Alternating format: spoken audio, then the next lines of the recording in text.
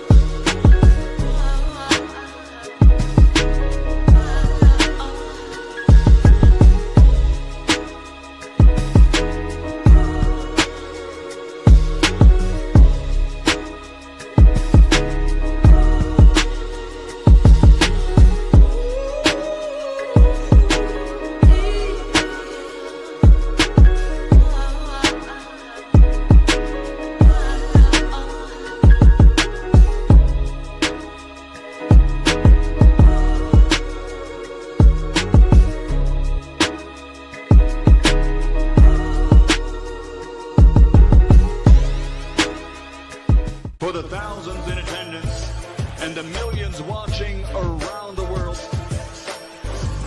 ladies and gentlemen, let's get ready to rumble!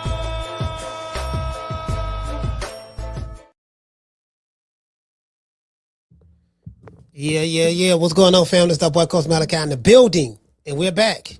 True Media Podcast. We're back up in this BI. Let me just do a little sound check right quick just to make sure that we are all systems are go. So let me do this right quick. Peace to the family who may be rolling in later or who may be checking out the replay, right?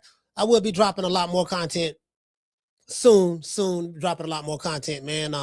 Things are getting very, very interesting for me. I'm at a crucial point in my career right now. And some people got a career in just being nobody ass niggas. You know what I mean? I don't desire or have any plans on. I remember I got four more. I have four more interviews dropping with Bill Haney. I had 4 parts to that interview that we did, and I got another interview set up with him as well. Try to get Devo Dev as well. You know what I mean? So I keep y'all updated on that. And so I just things I'm kind of like I'm at a happy but scary place. It's very hard to explain. If you have been doing this entrepreneur stuff just as long as I have, then you'll understand what I'm talking about. Like I've been at it. I feel like I've been an entrepreneur all my damn life because I came in the game. I started selling drugs at 13, so I kind of learned that hustle from that point forward. And I told you about the girl broke up with me and all the stuff there, and then the following year I came back. I was so strong and deep in the game, you know what I mean? Like I had all the 100 dips that following year, but yeah, so it's kind of like, and then just the way I was raised, I learned valuable lessons, but I always had a desire to continue to learn. So now it's like, man, I'm at a crucial place right now. But we got another sponsor. We have another sponsor, man. We have another sponsor, man, and we're gonna be promoting this. Our sponsor, man. I'm so proud of this brother, man. I really am, man. And this dude is he big. He way bigger. He way like he finna be the biggest thing. On social media. Well, pretty much when it come to APBTs, I think of American Pitbull, Terriers. You get what I'm saying? So it is what it is. But let's get into the show. We got a guest coming on today too. Shout out to Green Eyes P. Green Eyes P says, Keith way BK long time ago. Okay, I said Keith's way back when a long time ago. I just trying to say what back. Thurman, take the loss. Rep save you. I looked at it again. I don't think the rep should have stopped it myself. We've seen stoppages to where, you know what I mean? I think maybe the ref just did it because he felt sorry for Keith. I mean, it was obvious what was going to happen. It was obvious, like, you can't get out of the way of the jab. This man got them long ass arms. You trying to, you're not circling to the weak side. You're circling to the strong. So you're circling to the backhand side. So that ain't good. You getting the hit. The man can't miss. You get what I'm saying? And you didn't have any more ideas. And Keith would holler about, yeah, dog, I was trying to get him to the second half of the fight, nigga. I could have got him to the second half. You see what I'm saying? Shit, my nigga, ain't no telling what would have happened. I said, shit. If it would have got you to the second half, you would have got laid out. True. Hey, look here, man. That man was going to say, listen, by round 8, he would have got stopped. I'm pretty sure. Like, let's say the ref don't start the fight in the 6th round. He wouldn't have made it 2 more rounds. The fight wouldn't have lasted past 8. I would have told you that. By 7 or 8, yeah, it would have been a done data. It would have been a done data. Facts. You get what I'm saying? So, you know what I mean? So all that, yeah, my nigga, they stopped the fight. I'm the type of nigga like this. I'm thankful. If I'm in there get my ass whooped like that, and the ref come in there and stop the fight, I'm a thank him. True. Yeah, good looking out, dog. You did good, dog. You did good. Hey, shout out to David. Hey, David. Hey, I'm telling you right now. Hey, David, check this out. If I'm fighting in the ring. You my trainer. Let's say I got Damien, my lead trainer.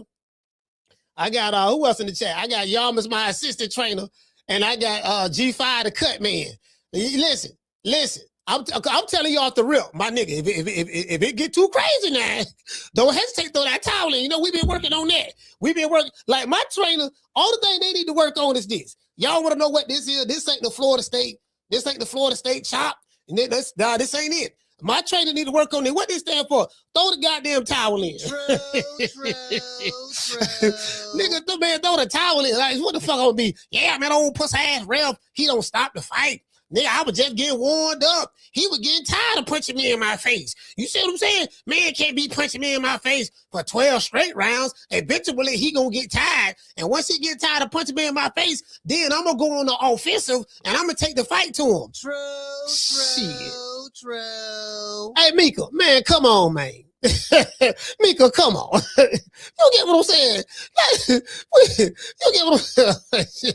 The corner didn't throw the towel in. The ref like, man, the ref looking at the corner. Hey, man, look, man, y'all ain't gonna throw that towel in, man. No, man, the man said he want to go out on the shield, dog. He want to go out on the shield, so we can't throw the towel in. But you remember what happened with the Russian and Apollo Creed when they had that exhibition? You see what I'm saying? The Apollo Creed corner, Rocky was like, man, listen, Apollo, man, stop it, man. No, you getting beat up. He said, no, Rocky, don't. Whatever you do, promise me, do not stop the fight. Now, this is an exhibition. This supposed to be an exhibition. What exhibition motherfucker get killed? You know what I mean? So that's the what is this? False falsicity? We're gonna make a word up. That's the falsicity of the of that scene right there.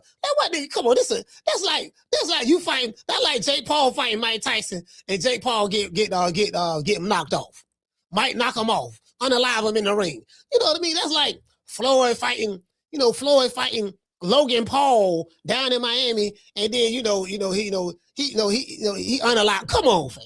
We know that shit don't happen in exhibition, but that's neither here nor there. Rocky 5 is still one of my favorite Rockies. No, Rocky 4. My bad, Rocky 4. Rocky 3 now. One with I like all the Rockies, but the one with Clubber Lane, that's my guy. That's my guy right there. You see what I'm saying? But this bum is taking the easy matches. Fight another bum.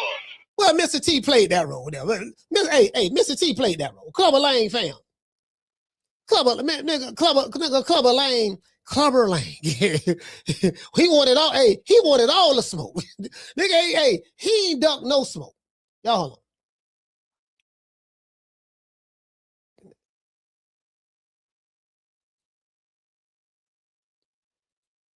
All right, hold on. My VPN block. I had to turn that Y'all let me know if y'all can see me. Give me a thumbs up if y'all can see me, because the VPN blocker was trying to come on, so I got to make sure I caught it in time. Y'all give me a thumbs up if y'all can see me. How the stream looking? Is the stream looking good? Let me hold on. Let me do a run a speed test. All right, my download speed looking real good, looking strong, over 300. It's over 330. 335.9. The download is good, and the upload, we going on the upload. My upload look like it's over 500. Is it over 500? All right, don't dip down to 485. Okay, cool. That's cool. That's cool. Upload over 335 and download over 485. But listen, but I have excellent internet. True. Yeah, I ain't got that. I ain't got that old government assistant internet. I got the real internet. I ain't got that shit there. Sometimes it be, I be thinking, I be thinking some of my haters, they be trying to sabotage the show and shit, trying to, they be sending bots through here and try to hack and all that. I'm like, man, nigga be hating. How you watch a nigga you don't like every day? I don't like that nigga, dog. I swear to God, I don't like Mika, dog. I swear I can't stand her, dog. Can't stand Mika. You know what I mean? What you finna do? Mika come on at 3 o'clock, finna go over there and watch her and hate. God damn, if you don't like it, why you watching? I just love the hate watch. You know what I mean? Just hate watching this shit. You see what I'm saying? Nigga professional hate watchers. Nigga be hating, you know what I mean? Holding they got, listen, they be holding their nuts on the nigga, holding their nuts, don't want to see a nigga come up. How we talk. Hey, shout out to Schoolo, what's up? Bruce Gas in this bitch. Bruce in this bitch, who this is? Hey, shout out to Hollow David, what's up, fam? Shout out to Hollow, yeah. Yeah, man, goddamn Keith, no time. Once upon a time, Thurman went in that bitch. Hey, I say, man, listen, it was over before it started, right? I was like, man, I wanted to win, but I was like, man, you know what I'm saying? Like, he had an opportunity. I gave him the olive branch. I say, look, Keith, we been start fucking with you in the bay. You know what I mean? Tampa, we're a special group of people. We like, listen, we don't give a damn if you from the area or not from the area. If you acting flaw, if you moving flaw, we kick a nigga to the curb quick. So you from Clearwater, so we'll never say you from Tampa. We just say you from Clearwater. You know what I mean? There's a difference. There's a difference between Tampa and Clearwater. But we do share the same Bay Area. We share the Gulf. That is true. So now, Keith went up in that bitch. He was talking all that one time shit. Nigga, this one time.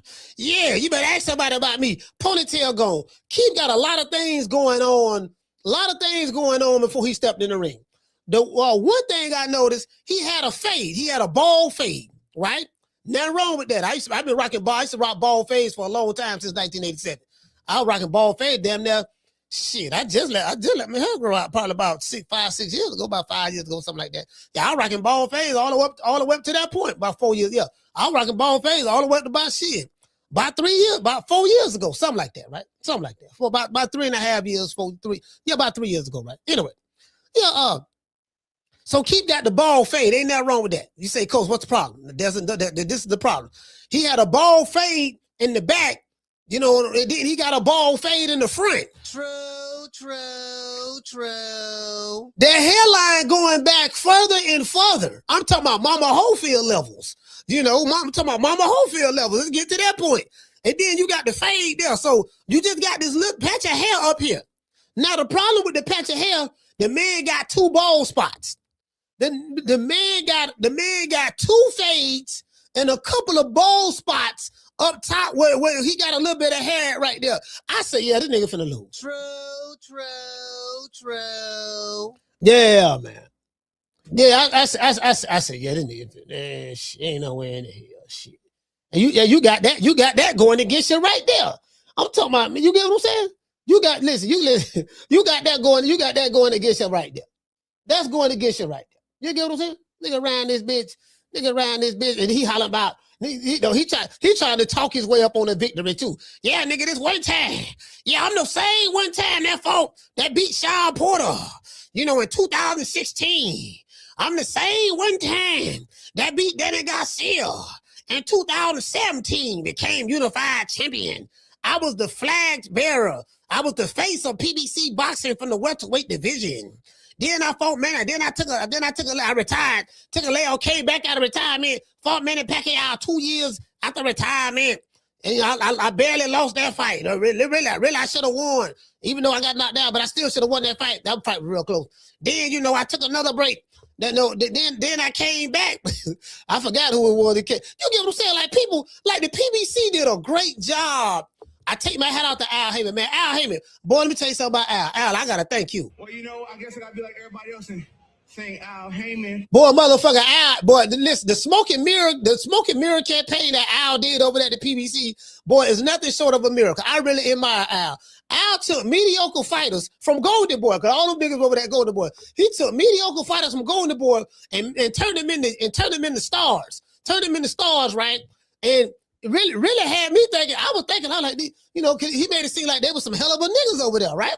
But then I noticed every time these dudes fight top rank fighters, they get their ass whipped. I say, damn, every time I say they do good when they fighting the in-house fights, beating each other up, they're doing the round robin, you know, then they created this atmosphere. Yeah, nigga, we got the baddest talent. And everything over here, nigga, ain't nothing better than us, ain't nothing tougher than us. I'm like, we like MC Shadi. You know, everything I say, you know, it's tough. I'm MC Shadi, and I gotta be, everything I say, you know, it's rough. I'm MC Shadi, and I gotta be tough. You know what I mean? Gotta be tough, MC Shadi, right? Then motherfucker come around this bitch, I'll say, man, goddamn. And then every time them niggas, Spence fought Crawford. We saw how that happened.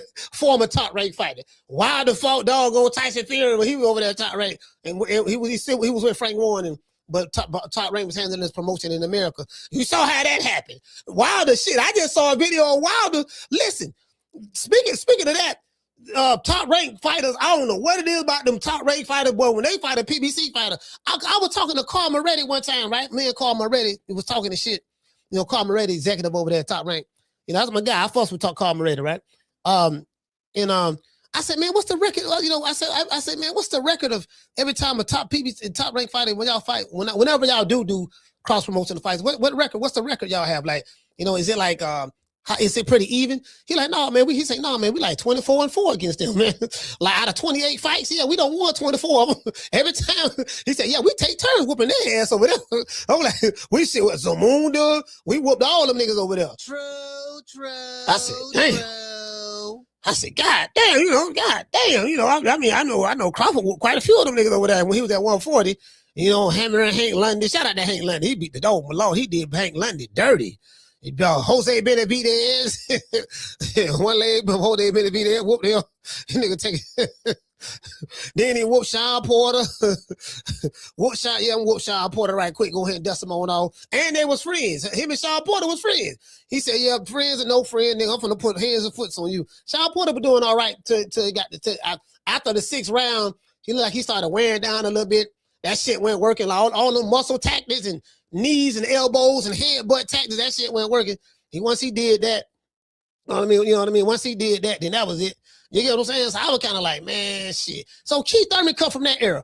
Keith Thurman have been boxing since 2007. He's been not boxing. He's been a pro. He turned pro in 2007. 19 years ago, Keith Thurman turned pro. Y'all probably haven't even thought about that. Jermell Charlo, another PBC guy, turned pro 2007. 19 years. This is the old guard. So people like, man, Crawford shouldn't have retired. Crawford come from that old guard. He should have retired. The nigga don't vote. He got 42 fights, 31 knockouts, 3 division undisputed champ, 5 division world champion, 4-time lineal champ. I think 1 or 2 times fighter of the year, something like that. Maybe 1 time or something like that. You like goddamn. He come from that era. Crawford turned pro 2008. So you know what I'm saying? And he older than Keith Thurman them. Shit, boy, to be what? 39 this year, I think. Either 30, he was born in 87, so yeah, he'll be 39 this year. Yeah. You get what I'm saying? That's the old guard. Wilder represent the old guard. I think Wilder turned pro 2007, 2008. Wow, that's the old guard. Them dudes been around a long time, fam.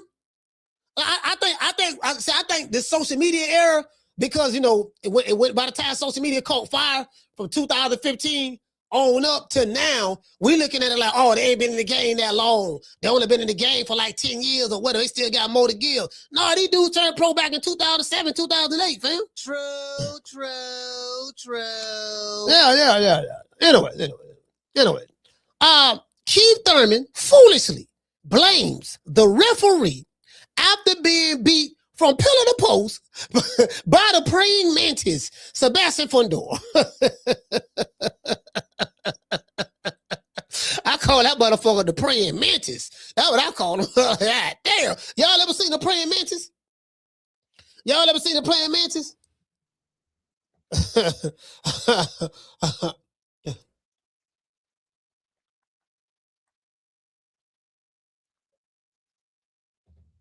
Yeah. Y'all ever seen that? The praying mantis. Yeah, motherfucker. You got this tall Lincoln motherfucker. This motherfucker got some long ass arms, dog. Bro, how you whoop a nigga? How you whoop a nigga? Listen, this man is damn near the same height as Deontay Wilder. Fighting at 154 pounds. Let that sink in. Wilder is 6'7". Tyson Fury is 6'9".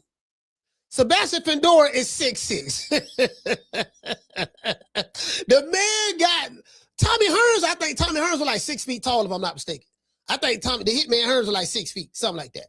You know what I mean? And yeah, but this motherfucker, he's 6'6", fam. Like this is a basketball player that can box for the most part. This is a basketball player that can box. And guess what? He like fighting. He like fighting on the inside. He's an inside fighter. He's an inside fighter, something like that. You get what I'm saying? Man, this motherfucker right here, man. Come on, fam. Man, this man, hey man, this he can hit a nigga. Hey, check this out. He could have hit Keith. Keith could have been in his corner. So some Fundora could have been in his corner. And Fundora can throw a punch from one side of the ring to the other side of the ring and hit Keith across the head. True. Man got a 95-inch arm reach. The man got a 95-inch arm reach, fam. Come on, bro. Man, I'm looking at this man beating a brace off of Keith, dog. I said, God damn, this man, how he whooping, listen, how he whooping motherfucking, you know, how he whooping this dude like this? Hey, the prince. I'm like, man, how is he whooping this motherfucker? Like, how is he, like, bro, like, this shit, man. Come on. Hey, Akila. What you say? Akila say? She say Fundora is double X tall and long. Man, shit. Nigga, please. Anyway. After Sebastian Fundora beat up and stopped Keith once upon a time Thurman, many fans are realizing that Fundora's handlers are pretty much, they pretty much gonna be cherry picking. They're gonna be cherry picking opponents, that he can easily beat.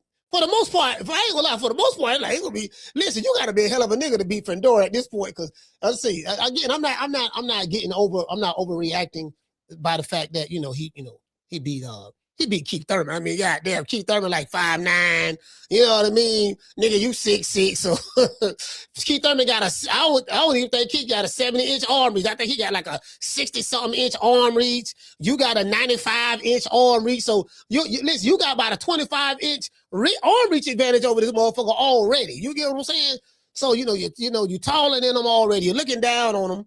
He look like a little boy standing next to you. That's how tall the motherfucker. I can just imagine. You know what I mean? I'm like, God damn.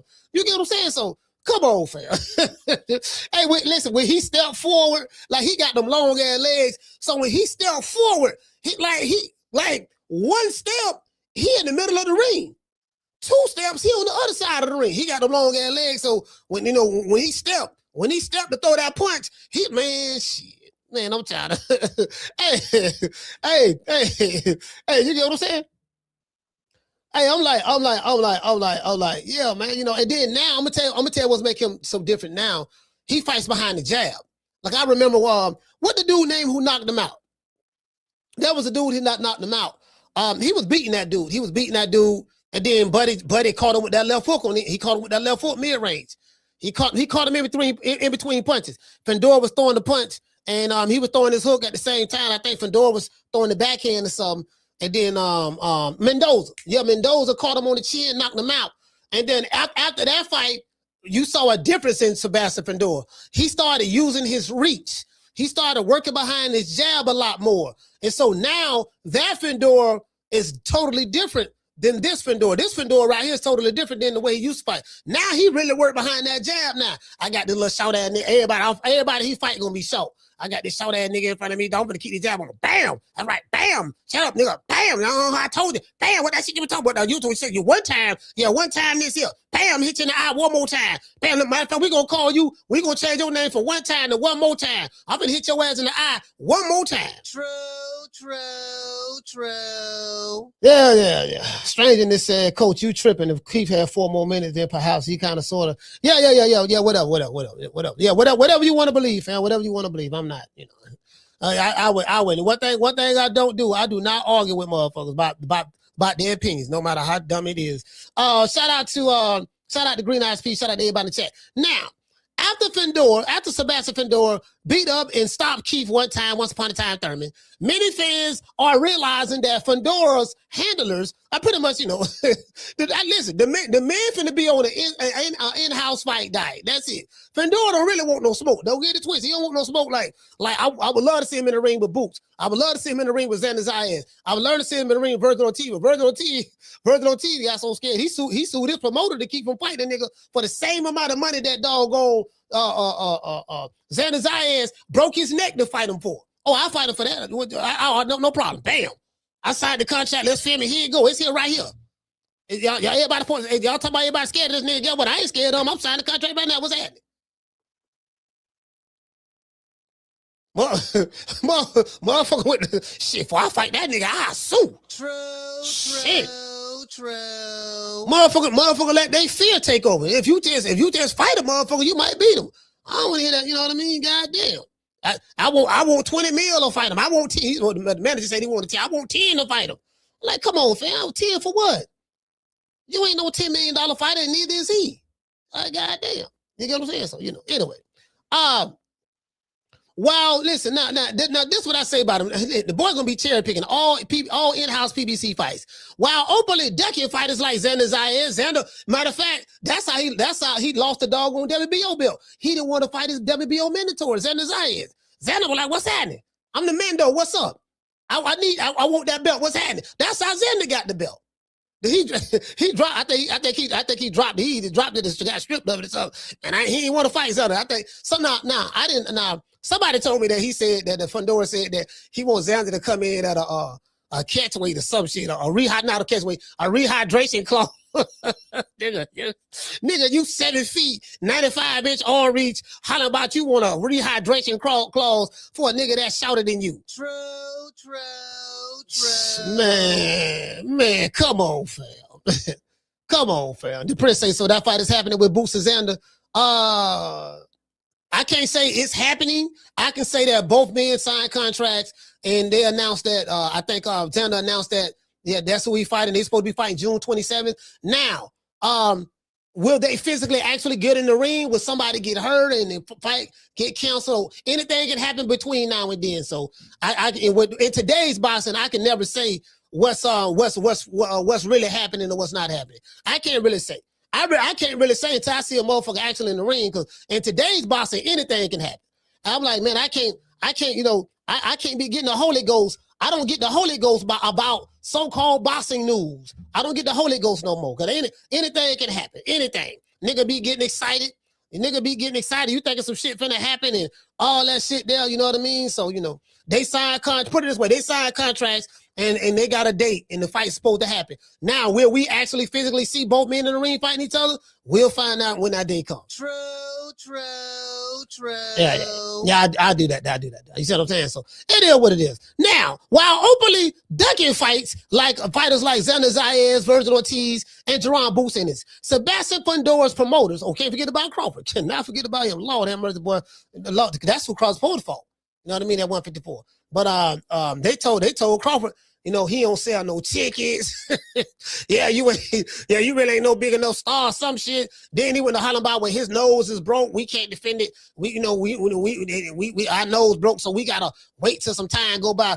Just imagine a motherfucker who haven't sold out a hot dog stand in his career, don't have no fans, telling a nigga who has accomplished way more than he's ever accomplished, sold out way more venues than he's ever sold out, telling this dude that tell this dude that you ain't no ticket seller. You ain't a big enough name. True. I'm talking about I'm talking about the duckery over there at the PBC is just like, God damn. I say, boy, Scampson said that, yeah, you know, yeah, you see what I'm saying? Hey, he hide behind Scampson. He hide, boy, they be hide behind the managers and promoters, bro. I got a video dropping today about that. I think I'm interviewing Bill Haney on that. I got an video dropping today. Yeah, boy, niggas be hide behind their promoters. Niggas be hide behind managers, hide behind hog head cheese sandwiches, you know, A-side, B-side talk. You know, fam. And do you notice when Turki Al Sheikh is, see, the reason why I be skeptical about fights, I'm like, anytime Turki Al Sheikh is not involved, we really don't. So we really don't get no big fights. Like, it seems like because he the one, he gonna overpay for the fights. He gonna pay these niggas 3 or 4 times more than what they should get. So now when Turki Al Sheikh is not involved, these American fighters are back down to reality. Nah, my nigga, hold on. Like, Turki is not the norm. He's the exception. Well, I'm accustomed to making this. You're accustomed to making this with Turki. When Turki is not involved in the equation, you got to pay how you weigh. Because Turki business model, it don't matter if you're a draw, it don't matter if you can sell tickets, and they ain't making no money. They don't care nothing about losing money. That's obvious. You know what I mean? And they ain't made a profit yet, but they got plenty of money. They can do that. So what they do with their paper, that's fine. You know, but in the real world, outside of Turki world, outside of the world of Turki, you got to deal with the promoter gonna be looking at your ticket sale. Well, you know, now last time you fought at the Texas State Fairgrounds. It was like 5,000 people out there last time. So you know, we sold like 4,000 tickets, and we gave out 1,000 tickets for comp. So you know what I mean. So yeah, dog. What you said you want 10 million this time, fam? How you justify 10 million? Well, I'm a star. You a star? Yeah. I was on the Boston Voice. Let's see. I was on True Media Podcast. Yeah, I was on Mill City. Yeah, you know, people know me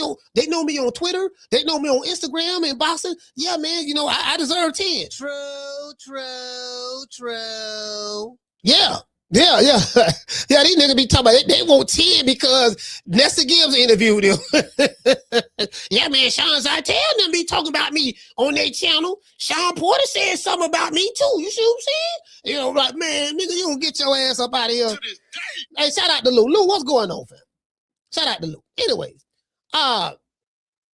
you get what I'm saying? Like, come on, fam. Come on. You know what I mean? So, anyways, what he said, as I said before, why this dude was ducking fighters like Xander Zayas, Vergil Ortiz, and Jaron Boots Ennis. Sebastian Fundora's promoter dismissed Vergil Ortiz as a potential opponent for the WBC junior middleweight champion Saturday night. They asked him about him.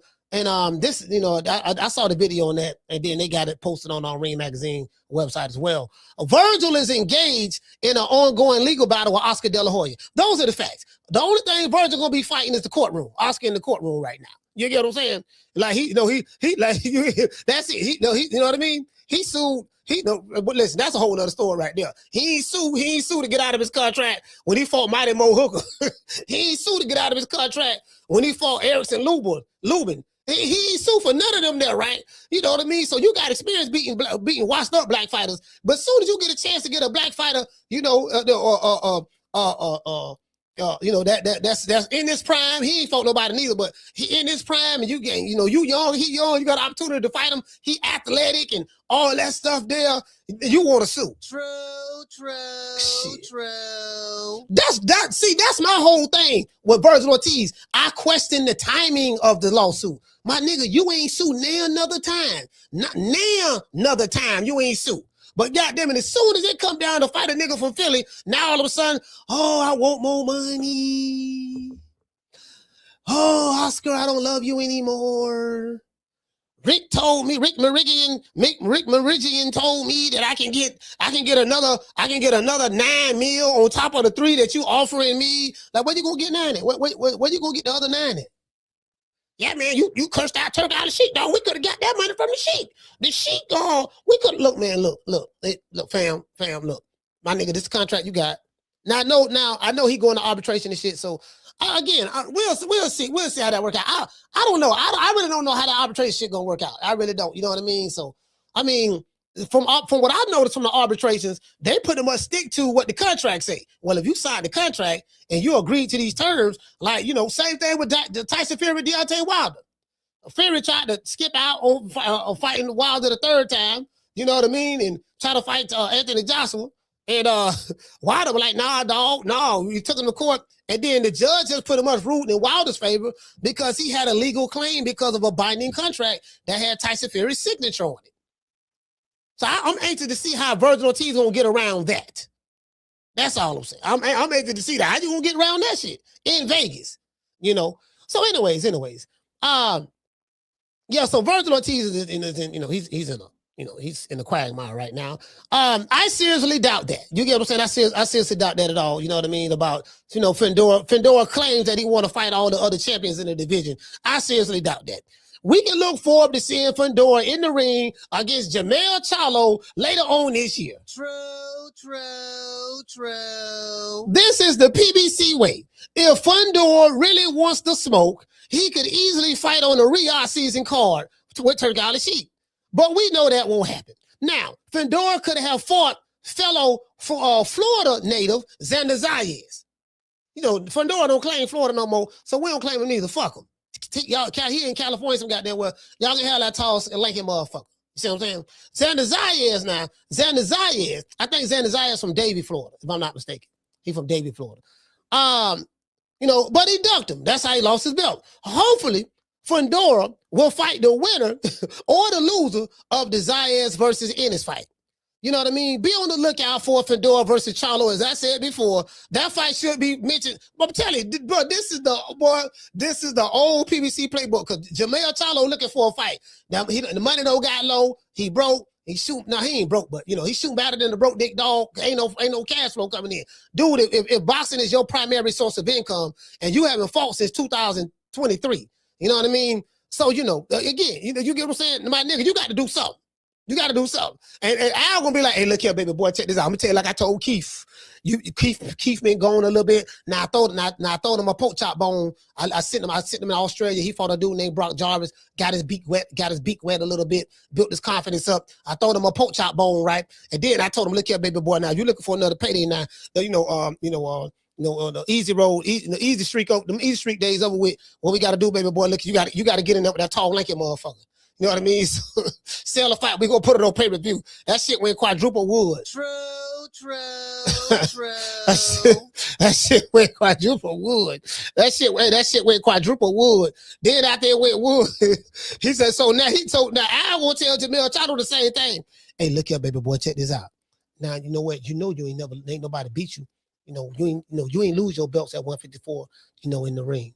You still an undisputed champion. You still a lineal champ. You know what I mean? You got beat by Canelo 2 weight divisions higher. You see what I'm saying? So you can come back, you know what I mean? Like, your skill set that you got, you Jermell Charlo, Lions only. You've been boxing for 19 years. You turned pro in 2007. 19 years, this your 19th year as a pro, and you've been inactive for going on 3 years. You know what I mean? So 2.5 years you've been inactive. So, this would be the right time to feed you to Fundora. True. Nigga ain't fought since 72. They gonna throw him in there with that tall, lanky motherfuckers. Fundora, listen, I finna punish all these niggas. No, I'm finna send all of the, we gonna send all of the old guard at the PBC. We gonna send all these niggas out to pasture. Okay, look here, baby boy, check this out. We got Fundora. And then when Spence come back, Spence, you can get in there with Fundora too. Al finna cash all these niggas out. Look here, dog, finna cash out. We don't cash out Keith. We don't know. We got some money coming to him on the back end. Hopefully, I know he hoping he get it. I'm not, you know what I mean? I'm not so sure about that. But anyway, keep hope alive. We got some money on the back end for your back end promotions. You see what I'm saying? Keep waiting on the back end of the pay-per-view. Yeah, dog. I told him, y'all, look here, baby boy. You keep one time. People gonna come out. People gonna come out to buy this pay-per-view. Man, that shit, man. I heard that, man. That shit went quadruple plastic. True. Hey Mika, that shit went quadruple. But that man, he said he got Fundora beating Charlo UD easy. He'll stop. I think he'll stop Jermell Charlo. Shit, man, these niggas is old, man. These dudes is old and coming off of layoffs. They old and coming off of layoffs. Yeah, man, shit. Shit, that man, he gonna get stopped. Anyways. As I said before, as for Keith Thurman, you know, he's a washed up, used to be good fighter whose claim to fame was beating Sean Porter and Danny Garcia back in 2016 and 2017. Keith lost to an old Manny Pacquiao in 2019. So you get what I'm saying? And he don't retire to semi-retired in between those fights. 2 years off here, 2.5, 3 years off there, you know, year and a half. The man, I think, bro, if you look at how many fights he had over the past 10 years, bro, it's crazy. To this day. It's crazy. You know, he can still talk, though. The ponytail gone. He got a couple of bald spots going on up top. He got a fade in the front, a fade in the back. He got a whole lot going on right now. Anyways, Keith Thurman turned pro 19 years ago, back in 2007, and it's safe to say that it's over for him. It's over with for him. Terrence Crawford appears to be the best fighter from that group. Porter, Thurman, Danny Garcia, and Demetrius Andrade. The despised and the rejected. The guy who did it his way, like Frank Sinatra. He turned out to be the best. Accolades in comparison to those niggas, there's no comparison. You know, but Keith Thurman, you know, Keith one time, you know, Keith once upon a time, no time, you know, it's time. Keith, it's time to retire Thurman. It's over.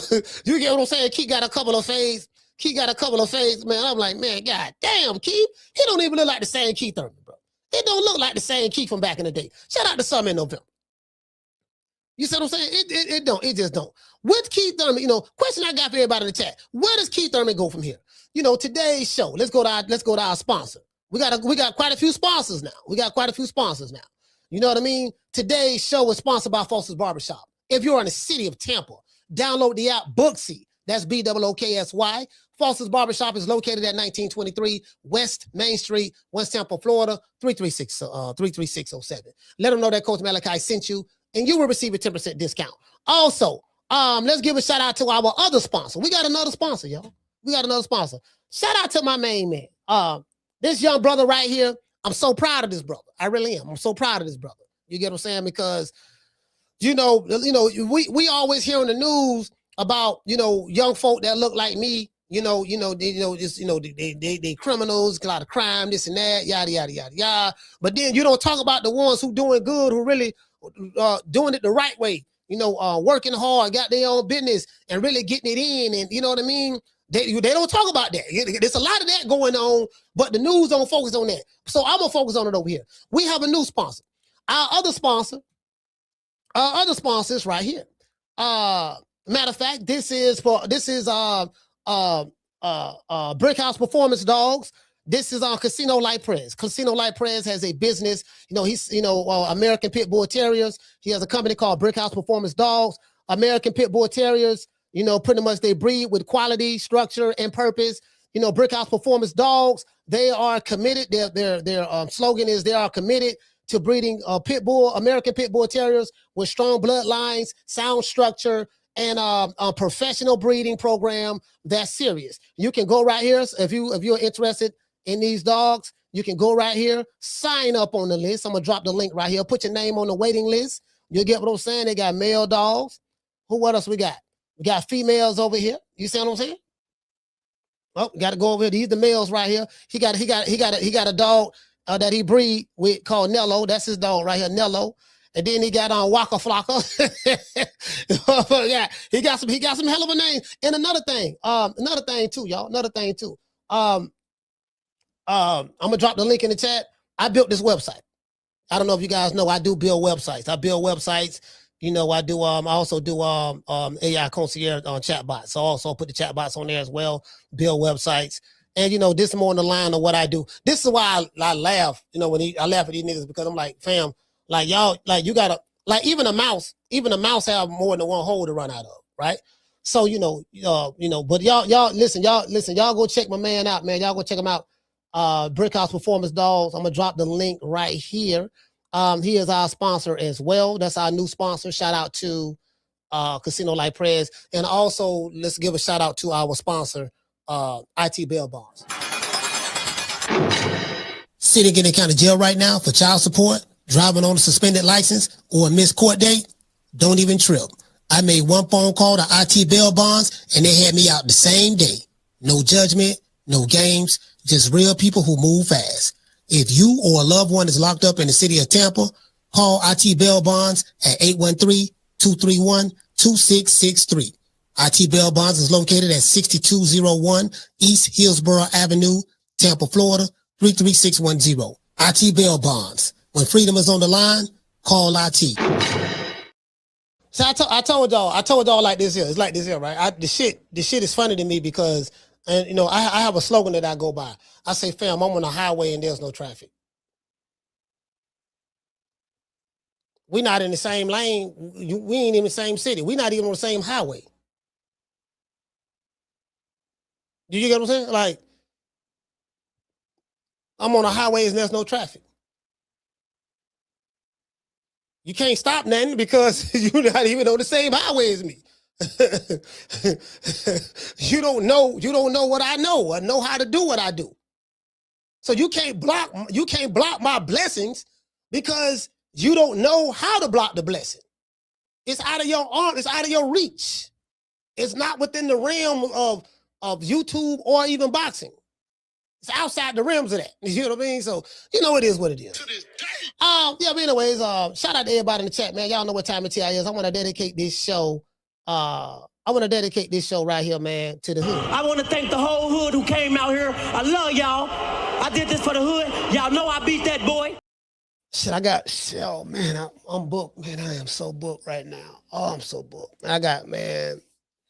I'm gonna show y'all. I'm gonna show y'all how this shit done. I'm gonna show y'all how this shit done. Like, you know what I mean? I'm a smart motherfucker. I'm gonna show y'all how this done. You know, not on this. Yeah, I probably not. I'm gonna show y'all how this done. I'm gonna show y'all how to do this shit. Shit, you know, I'm showing y'all how to do this shit. Anyways, it is what it is, man. Y'all know what time it is, man. Much love to everybody, man. Shout out to the Face Box. Hey, yeah. Oh, that look good.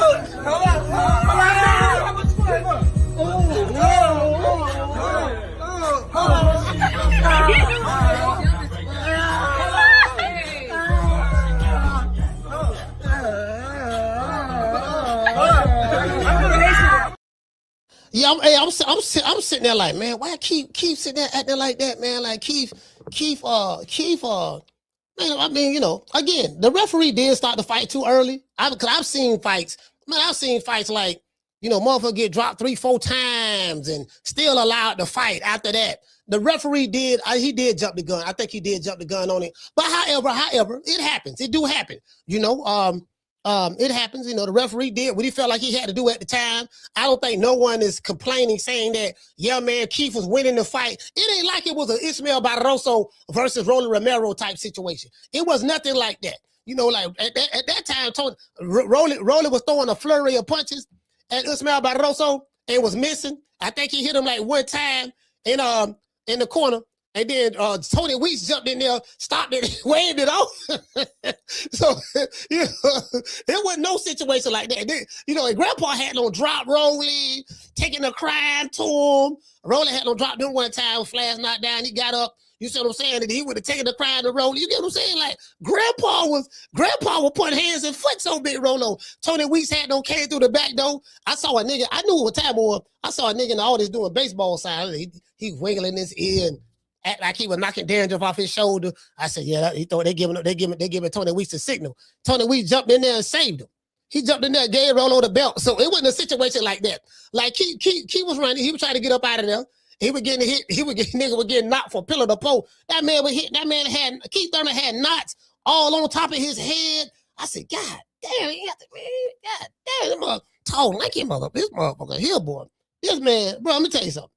This man right here, Keith with the hollering about oh my shit. I feel like Keith being ungrateful. I honestly do. I feel like he being ungrateful. I'm like, look here, man, the man, you know, the man cared about your well-being. You know what I mean? Like, yeah, dog, check it out, dog. Al told me to look out for you. this shit. Hey, look at Keith, like this left eye bro, like this, the blood vessel. He got a blood vessel, right? Like this left eye look bad. You just wanted to open it up. Obviously, certainly not the result you wanted. Just thoughts on the fight. See, that's that lead hand. That jab kept hitting. That's what that jab kept hitting him at. And what happened? Well, first off, man, you know, it was just a great fight. Thank God, man. It's beautiful boxing, big stage. It felt good to be on that stage once again. Fundora's a tremendous champion. But whoever the fuck that referee was, don't hire him for fucking main event shit ever again, man. Real talk. Do you remember Eric Morales versus Marcos Maidana? He said, "Oh, no, that ref is pretty good. That ref pretty good. Keep going, ball right here. He combing it over. You got a fade, ball fade, and around the sides. You got a ball fade in the front, and then you got the ball spot right here where you got that hair combed over. Man, let it go. It's time to let it go. True. It's time to let it go. You got too much going on. You got about 3 haircuts all rolled into one right here. Do you remember how many times people fought with broken orbital bones? Shit's not even broken, man. Never got dropped in the whole fight. I'm getting caught on the back end of punches. The referee told me in the locker room. Boy, god damn. He said, I'm getting caught with back. Bro, fine. Put it this way. I put it this way. You wouldn't have made it past 8.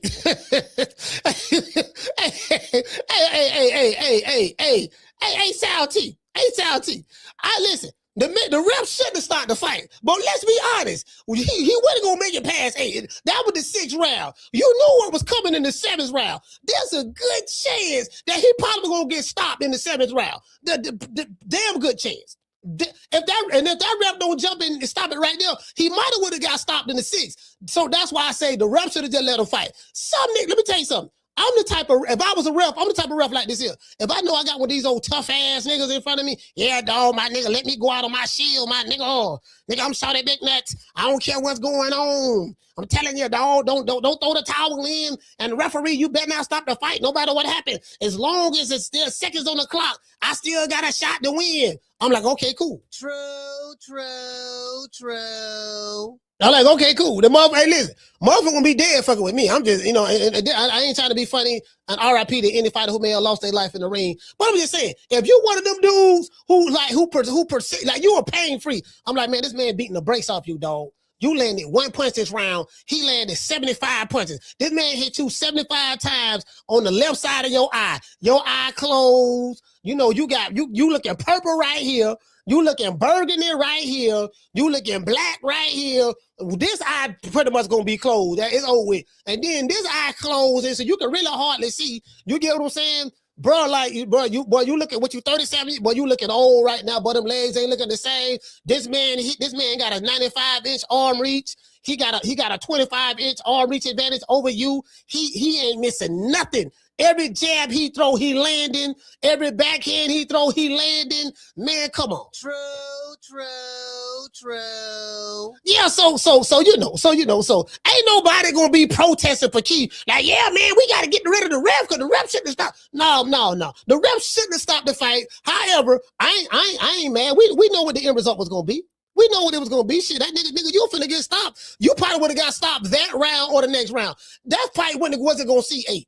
The 7th, I can promise y'all this. If he would have made it to the 7th round, he was gonna die right there. To this day. He was going. I'm the type of nigga like, yeah, okay, you one of them tough niggas out. Hey man, coach, why you ain't start the fight? Nah, man told me let him go out on the shield. So I'm like, he earned the right to go out on his shield. Yeah, man, but the man, wife, and children out there watching him get beat up. Look, the man say, let him go out on his shield. His fans, if I stop the fight, his fans gonna be crying, talking about I robbed him because I stopped the fight. He gonna be crying, talking about I robbed him, I stopped the fight. No, we finna clear all doubt. Let his ass stay in there. True.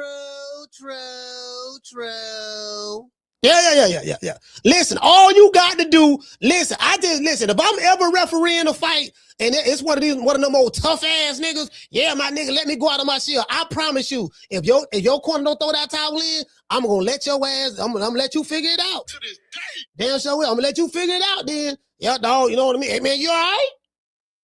Yeah, man, What happened? Yeah, you got knocked out, fam. I would have started the fight, but you told me let you go out on your shield, so I went ahead and let you go out on your shield. You see what I'm saying? So that's it. That's it. Show me something. Move your feet, duck your head. I won't stop the fight. I'm using my legs. I'm getting caught on the back end. I wasn't buckled. He just jumped in like a white rabbit, man. So the little hoppy referees, they're not made for main event boxing. The fight was getting fun. The people were standing on their feet. He said the fight was getting fun. The people were standing on their feet. Keith, your face do not look like it was having fun. True. Nigga, you was running trying to get up out of there. It didn't look like you was having fun in there. The fight was getting fun. Did it look, hey, anybody in the chat, shout out to Sheila. Do it look like Keith was having fun in there? Let's just be honest. Let's just be honest. Do it look like Keith Thurman was having fun in there? Just asking. I'm just asking for a friend. The fight was getting fun. Fun for who? It damn sure wasn't fun for you. The only person that was having fun in the ring was Sebastian Fundora. The man didn't have a scratch on his face. And it probably was fun. Now, if Sebastian Fundora would have said that, yeah, I got a problem with the ref stopping the fight, dog. The fight was getting fun. If he would have said it, then I ain't got no problem with it. But fam, bro, like this man was beating the brakes off of you. I've never seen a dude who was the recipient of an ass whooping gave a post-fight speech saying that me getting my ass whipped was the fight was getting fun. True. I'm just asking. We were just getting into the grind, you know? And he was getting really comfortable swinging wide. Swinging big, swinging wide. Because he's young, because he trains hard, he put that press. Well, that's a good talking ass nigga there, boy. So I told y'all, boy, see, I'm from the Bay Area. I'm from Tampa. I'm from West Tampa, Florida, right? So this the Bay Area. So the Bay Area, you got Tampa, you got Clearwater, you have St. Pete, which that's Pinellas County. We got Sarasota, Bradenton, all that stuff there, the surrounding county. We on the Gulf Coast, right? The Southwest. We on the West Central Florida, right on the Gulf. Niggas from this city can talk. Niggas in the area can talk. Like that was it. This a good talking ass nigga. Dude, fam, you literally getting your ass beat pillar to post, and you giving us a post-fight speech trying to tell us that we ain't see what we saw. Yeah, dog, we're getting good, dog. Yeah, see, he was swinging like a white rabbit. You see what I'm saying? Swinging wide. You know, he insinuating that, yeah, by him swinging wide, that was giving me opportunities to land that haymaker and knock him out. Only problem is, Keith, you ain't got no knockout power. You ain't got no knockout power. The last time you knocked somebody out, you went to Australia, they gave you an Australian tomato kid. You got a Brock Jarvis. Nigga went to holler, but yeah, nigga, Keith back. You saw what he did to Brock Jarvis? I'm like, yeah, who is Brock Jarvis? To this day. Now, Keith gonna talk a nigga today. He gonna talk a nigga today. He good talking. There's a lot of good talking niggas here. Now, I know. Because he's a volume puncher. He put that press, and the referee reacted to that, you know?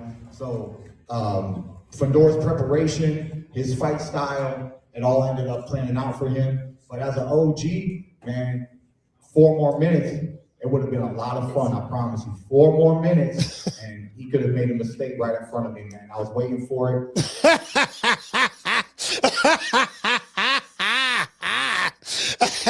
He sound like a dude. I'm gonna keep it PG. He sound like a dude who with a girl, and you know they feeling each other. You know what I mean? And he telling her, "Yeah, baby, I just need 4 more minutes, baby. I just need 4 more minutes. 4 more." Like, you know, it's the first minute done went by already. He said, yeah, baby, so I just need 4 more minutes, baby. It's finna get fun in 4 more minutes. True.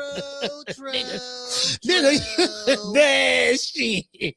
Boy, you can tell somebody else that bullshit. Nigga, please, that man was putting hands and foot. But that man was beating your ass. And he kind of remind me of what the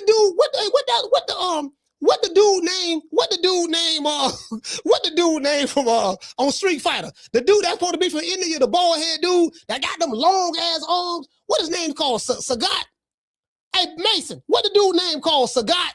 You know what I mean? Sagat. Like, yeah, I think that's his name. He got them long ass on, like he throw a punch and that shit stretched about 15, 20 feet. Something like that, right?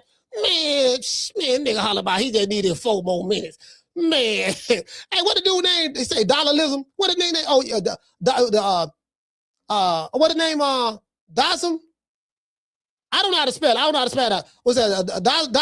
Dolism, whatever the name is. Yeah, that motherfucker right there. Man, that man talking about, so I just needed 4 more minutes. Yeah, 4 more minutes, your ass won't be knocked down. You were gonna be asleep. 4 more minutes, man, your jaw was gonna be broke. Look here, your jaw, look here. In 4 more minutes, your jaw was gonna be broke. Your orbital bone was gonna be broken. Bro, in 4 more minutes, man. Shit. I knew it was going to be one of these kind of tough fights against a young champion, and I had that long-term vision, but the rest didn't let me get there, man. So it was unfortunate, but I'm grateful. You know, I'm okay. I'm able to talk to you guys. I don't need to be in the hospital. Everything is what it is. You said, okay, you heard what he said? He said, I'm okay. I'm ready to talk to you guys. I don't need to be in the hospital. That's a direct result of the referee stopping the fight. Did you hear what he just said? Yeah, man, you know, I'm okay. You know what I mean? I ain't got nothing broken. You know what I mean? You know, I don't have to go to the hospital. I'm able to talk to you guys. That's because of the ref. If the ref don't stop that fight, your ass gonna be in the hospital. You won't be okay, and you won't be here to talk to the guys. True.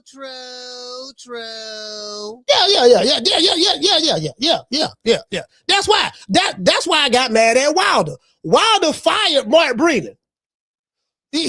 Mark Breland, he's a disloyal trainer. He threw the towel in to save my life. See, these fighters today, when you a trainer and you do the right thing, you see your fighter ain't got it. Yeah, dog, you shooting better than a broke dick dog right now, dog. This shit ain't looking good. Man, that man beating you like a dead possum. Boy, you don't stand a snowball chance in here, but every punch is zapping you. You in the corner, I'm looking at you crazy. You looking at me crazy. This eye closed. This eye looking at the other eye closed while that's closing. You know what I mean? You look like you want me. You look like you want to tell me to throw the towel in, but your pride won't let you. You get what I'm saying? So, man, shit, nigga, please. Man, that man around this bitch, man, talking about, yeah, you know, that's what got me with Wilder. If Mark Breland don't throw the towel in, Wilder don't have a trilogy with Tyson Fury. He saved his life. The fighters today is ungrateful. That's why I say, if I'm ever a ref, you know what, dog, I'm going to let you go out on your shield. True. I'm going to let you go out on your shield. Sure enough, Will, I'm going to let you go out on your shield. Facts. I'm going to give you what you want. Give you what you want. I want to give a shout out to my sponsor, ICI, and just, you know, I'll be back, man. I want to do great things in boxing once again. I'm gonna come back hard. I'm gonna come back strong. Nigga, it's over. So I'll be back. Be back for what? Yeah, I wanna do something hard and strong. Fam, you been a pro for 19 years, Keith. And if recent history is an indication of itself, in the past 10 years, how many times have Keith Thurman fought? Since 2016, how many times did Keith Thurman fought? He fought Danny Garcia in 2017. He fought Manny Pacquiao in 2019. I think he fought Josecito Lopez after that. I think he fought Mario Barrios. He fought Brock Jarvis. And he just fought doggone Sebastian Fundora. Now, I could be wrong about all of the names and the order and stuff like that, but you get what I'm saying. So you don't have about 7 fights in 10 years. So there's a 3-year gap. There's a 3-year gap in there, something like that. Somebody said 5. Somebody said he had 5. If he had 5 fights, that's worse. If he had 5 fights, that's worse.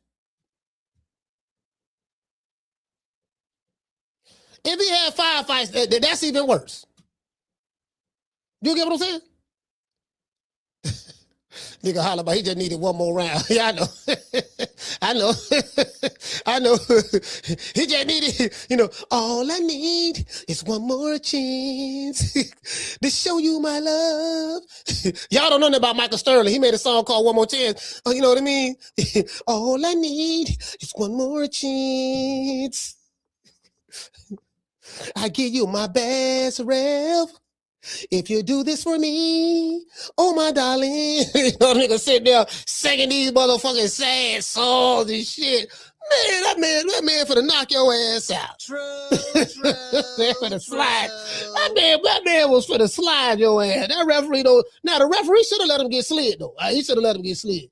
But that man, look here, man. See, motherfucking grandpa, nigga, sit there looking at that. See, I'm sitting there looking at grandpa right here, my day. Look here, I'm sitting there. Hey, Mika, I'm sitting there looking at grandpa putting hands and foot on rolling right. The puncher, you know it's going to be. Lord ham, caught him right there. Grandpa caught big Rolo right there. Dropped him, came back that right hook. Look at grandpa slide Tony Weeks. So Tony Weeks looking crazy. Now look at Tony Weeks. Now Tony Weeks looking. He looking for the signal. He looking for the signal. He's like, all right, now my nigga, now you know. I'm not rolling now. Don't worry. But look at me now. Look at me. Pay attention now. Pay attention now, Rolling. Rolling looking crazy. Rolling, rolling, baby. Oh, motherfucker, here, man. God damn. Shit, I didn't know he was that strong. Dang, why they? You feel me? He said he tried to hide behind the ref now.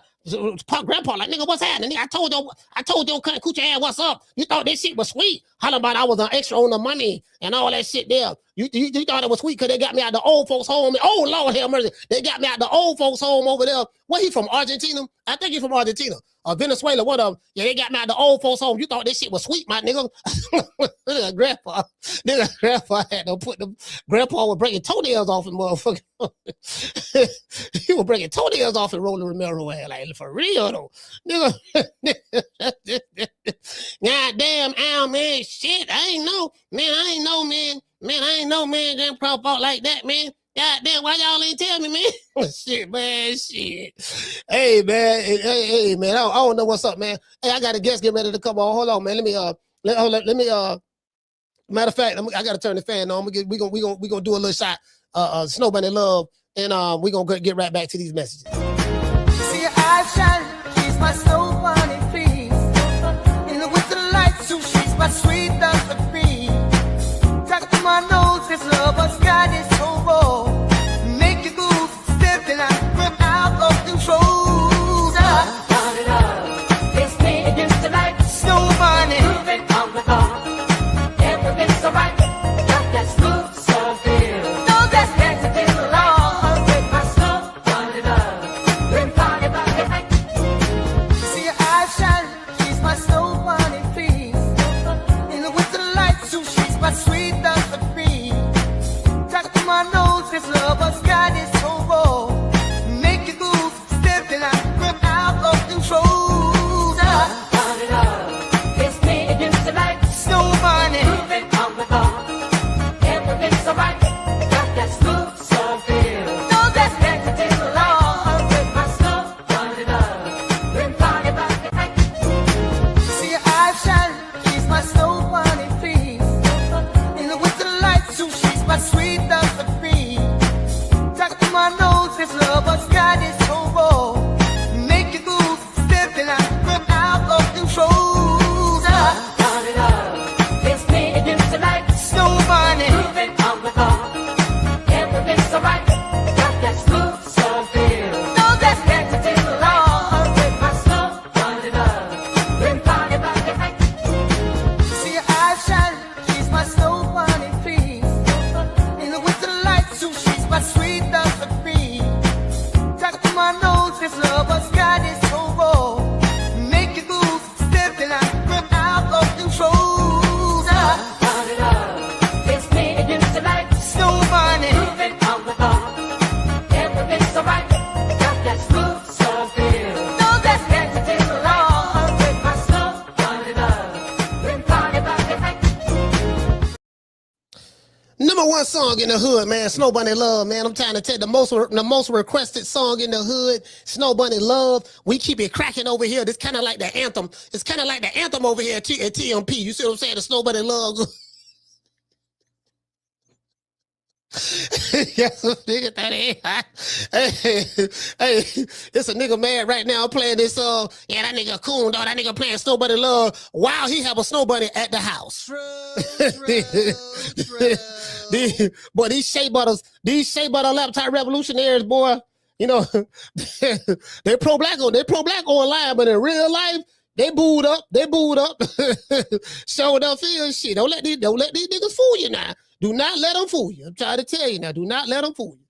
They booed up. You know what I mean? Like LMA. Yeah, you know what I mean? They ain't fooling me. I'm tired of nigga. I got receipts. I know, boy. I'm tired of tell. I know, boy. I know these niggas be booed up on the low now. Hey, Brandy, don't let them fool you. Do not let them fool you with that shit. Boy, I'm telling. Listen, that Pan-African pimping. Let me drop the phone lines right quick. You know, you let everybody talk for my guests come on. Yeah, they got that Pan-African pimping, man. You get what I'm saying? Shit, don't let these niggas fool you, Brandy. Now, nigga be talking that. They be talking about that mother queen shit in 1 minute, but boy, Lord have mercy, boy. Next thing you know, they booed up with Buttercup. You want to talk some shit? Call me. Start some shit, bitch. Sup, fool? You gonna talk shit about me, homie? Where you from? Hundreds of niggas is waiting for your motherfucking call, and they all talking shit about you right now. Call the coach at 530-494-9636. We waiting on your bitch ass. Yeah, man, I ain't even trying to hear none of that shit. You know what I'm saying? I'm like, man, hey, I had my cousin, right? Check this out. Hey, Mason, check this out. My cousin, right? My cousin Nars, he was like, my cousin Nars, he don't mess with them but white women. That's all he fuck with. She ain't white, he ain't fucking with her. Anyway, you know, he got kids from a sister, but if she ain't white, he ain't fucking with her, right? So anyway, you know, my cousin, boy, Lord have mercy, hold on. I got two calls calling in at the same damn time. You know, I got two calls calling in at the same damn time. You get what I'm saying? Hold on. Y'all hold on. Anyway, yeah, Carla, hold on. Yeah, because I want to miss this story, right? So my cousin, I'm in the nation, right? I'm in the nation. I'm militant in the motherfucker around this time. I'm talking about, I'm probably like 20, 21 years old. I just coming back from the Million Man March that year in DC. You know, I was the blackest of the black, proest of the proest black. I'm talking about, boy, hated the whites of my teeth. You know, I met Dr. Colley, did security for him and shit like that when he was in Florida, in Miami, and here in Tampa, and in Sarasota on the security detail team and stuff like that. We did extensive training on that, you know, to prepare, you know, to do the searches and stuff like that, to get the permits and all that stuff there. Work with the city at some of these events, right? At the Juneteenth festivals, right? Juneteenth festivals in Miami, Sarasota, and in Tampa. So anyway, my cousin was like, man, so let me get this straight. You want me to join the Assalamu Alaikum shit? Where the Muslims, black them nation Islam, you want me to join that shit? And I can't eat no pork, and I can't date no white women. He said, my cousin looked at me. He said, how you gonna let another nigga tell you who you can sleep with and what you can eat and what you can't eat? You was raised on pork chops. You see what I'm saying? You know, you know, how you gonna let Hey, my cousin was a motherfucker, man. He said, for all you know, Farrakhan can be in Chicago with a bed full of white women right now. Man, this nigga was my cousin was a motherfucker. Hey, but he is. Carla, what's your name? You calling from? Coach, what up, man? Yamas, what's going on with you? What's up, man? Yo, that's how your man Thurman, he just got his fucking mind, man. In my opinion, man, yo. Mind you, I'm gonna preface what I'm about to say with this. I had a wager. I had a 4-leg parlay, and the last leg was Fundora by decision. I didn't think he was gonna get Thurman out of there. I thought Thurman was a veteran, and you know that he would at least finish on his feet. With that said, man, he didn't win one round. I saw him land maybe one clean punch the whole fight. The man was getting his ass whipped, man. So for him to come to that press conference and talk about fuck that ref and this and that, he sounds like a fool. And I wouldn't be surprised. You made a great point earlier, because I wouldn't be surprised if he had to do a lot of convincing to even let him not go to the hospital, man. Because when you take an ass whipping like that, they usually recommend that you go to the hospital after a fight like that. I mean, his face told the fucking story, man. And another point I want to make is like, yo, you're not in the fight. Like, I mean, this is my opinion. I ain't there to see nobody get hurt permanently. You know what I'm saying? I want to see some action. I want to see, you know, a good fight. But I ain't there to see you fucking get, you know, carried out on the stretcher, nigga. And like, yo, I'll be honest with you, I never really liked Thurman because of the shit he talk. Don't like to keep Thurman like talking in the third person. Nigga, you don't even fight the way you talk. Nigga, one time. Nigga, what do hold on, y'all? It's one time, man. One time. You had one time to get your ass fucking. Nah, for real, man. Them be them fights that like people get permanently hurt, man. Yeah, man. The accumulation. And I always tell people, the MMA guys, boxing, you more likely to get permanently hurt based on you can continue fighting. You can get knocked down. You know, you get a chance to recover and keep taking more punishment. I don't like seeing nobody get hurt after like that. Hey man, you know, but if that's what the fighter want, that's what he want. I'm like, you know, listen, if the fighter have a desire to continue to take punishment and leave on the stretcher, who am I to get in the way of his wishes? Your coach, you the referee, and it's your job to save a fighter from themselves. Yeah, that is true. That's your job, man. Yeah, that is true. No, I mean, no, that's true. I understand. We in the street or some shit. Yeah, that's true. Yeah, I agree. It's a professional prize fight, and the sport can't take blows like that at this point. Like, it ain't doing the best now. But now he mad at the ref. He upset with the ref. It would kind of remind me of Wilder. Like, he upset with the ref. Like, dude, you was in retreat. You was running. He was chasing you. He was hitting you. The man was hitting you and stuff. And you took a deep breath when he caught you with a clean, straight left hand, you know, on the rope. I saw your hand snap back. He took a deep breath, and then when Fundora threw another left hand, Keith ducked up under it and was trying to run the other way. And Fundora was on his ass, and the referee, he caught Fundora a couple of more times. And the referee like, man, all right, that's enough, man. it's gonna get ugly. It's gonna get ugly, dog. You know what another point is in the ref's favor is that first of all you could see what turning it up as far as his work rate. Yeah. And he couldn't fucking miss. Like, he was all over. He was landing at the end of his shit with more power. And the funny part is, Keith Thurman acknowledges that he's saying, like, I was moving my feet, so I deserve to finish. You know, my nigga, you wasn't throwing, though. And, like, ain't nobody gonna see you just, like, take an ass whipping and, like, not go back. What do you think, Coach? I mean, you said some key stuff. You said, it's the job of the ref, to save the fighter from himself, no matter how much the fighter is, adamant about continuing to go on. It's the job of the ref to do that. So you're right about that. But it's just saying, like, some of these dudes be ungrateful like me. I'm a grateful guy. If I'm in the ring and motherfucker beating the brakes off of me, throw the towel in, help me, stop the fight, whatever. You see what I'm saying? Save me from myself. I'm not going to have no complaints. Some of these dudes, they just be on some G.I. Joe shit. You see what I'm saying? They be on some, like this, the Transformers, Optimus Prime fighting Megatron. We gonna fight to the death. So I'm like, all right, man. Well, then when you stop the fight and save them, they get mad. It's like somebody drowning in the swimming pool.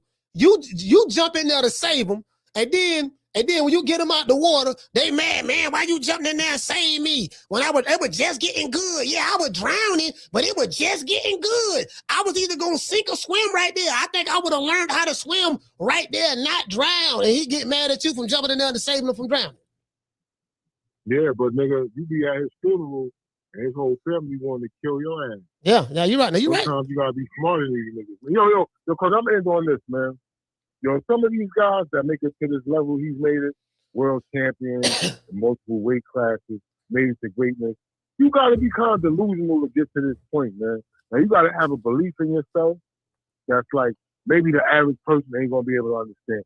I've seen that in all walks of life.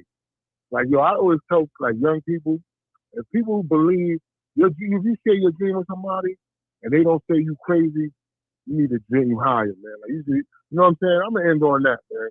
Keith Thurman had a great career. I don't even like you, nigga. I don't even like Thurman. He had a great career. Peace and love. All right, shout out to Yamas. He talking about he gonna do more. Hey, he talking about, I'm gonna do more great things in the sport. You've been in the sport for 19 years. What else is there for that you can do in the sport? Let's just be realistic. Shout out to Reggie. Hey, okay. Dropping that quarter over. Damn, dub on your boy. Super chat received. Playtime's over. He said, Coach, the old Jermell Charlo is back. He said, no more showing all 32 teeth.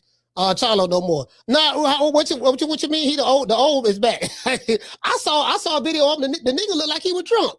Matter of fact, you talking about this Jermell Charlo? You talking about this one?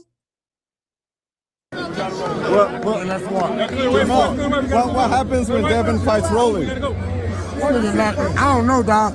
Devin can fight. He got skills, bro. Right. Let's be real. This nigga don't got a lot of skills and shit. He said this nigga don't got a lot of skills. He talking about Rolly. Rolly sitting there smiling, fresh off of eating a pack of crayons. He sitting there smiling. A nigga insulting you. You getting insulted. And you sitting there smiling. Oh, man, he said I ain't got that many skills, man. He sitting there laughing and shit. Nigga insulting you. But Bill a bitch, so we don't know, you know. Bill built that bitch. Right. Bill built that bitch. Hold on. I mean, Bill talk that shit. Hey, Steve, what's wrong with that nigga, bro? I don't know. He talking to Steven Espinosa. Steven Espinosa out there. How Florence suing Steven Espinosa? Steven Espinosa work for Al. But anyway. I don't care. Hey, Roland, if you fight Devin, all you gotta do is keep your hands up, right? Throw that left hook. He talking about something. Come on, man, this man, bro. Nigga, man, I'm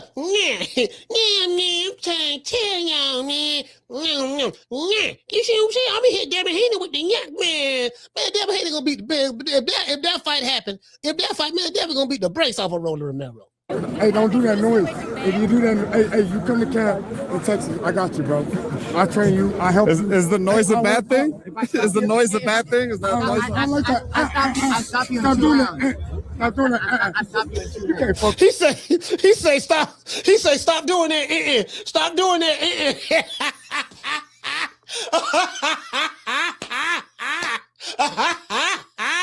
That's the old Jermell Charlo back. Nigga, please. But this bomb is taking the easy match. Fight another bomb.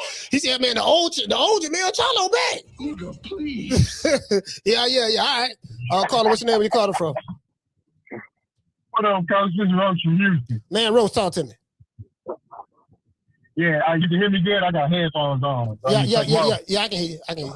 I got my guess here, but cool. Go ahead. All right, yeah. This is a great weekend of boxing. Can we talk about how the PVC is out here putting these goddamn backyard boxing cards on pay-per-view? I mean that they got to. I mean that's what they got to do. That's their business model. So I see, man. That they're charging $85 for Sebastian Fundora versus Keith Runtime 30. This motherfucker ain't even got a full head of hair. This nigga done fought goddamn 3 times in 85 years, and they charging people $85 for that fight. That was just outrageous.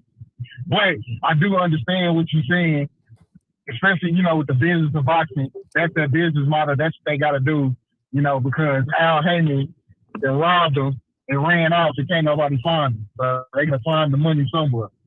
So, you know, shout out to them for the 11,000 views or 11,000 buys this weekend. But my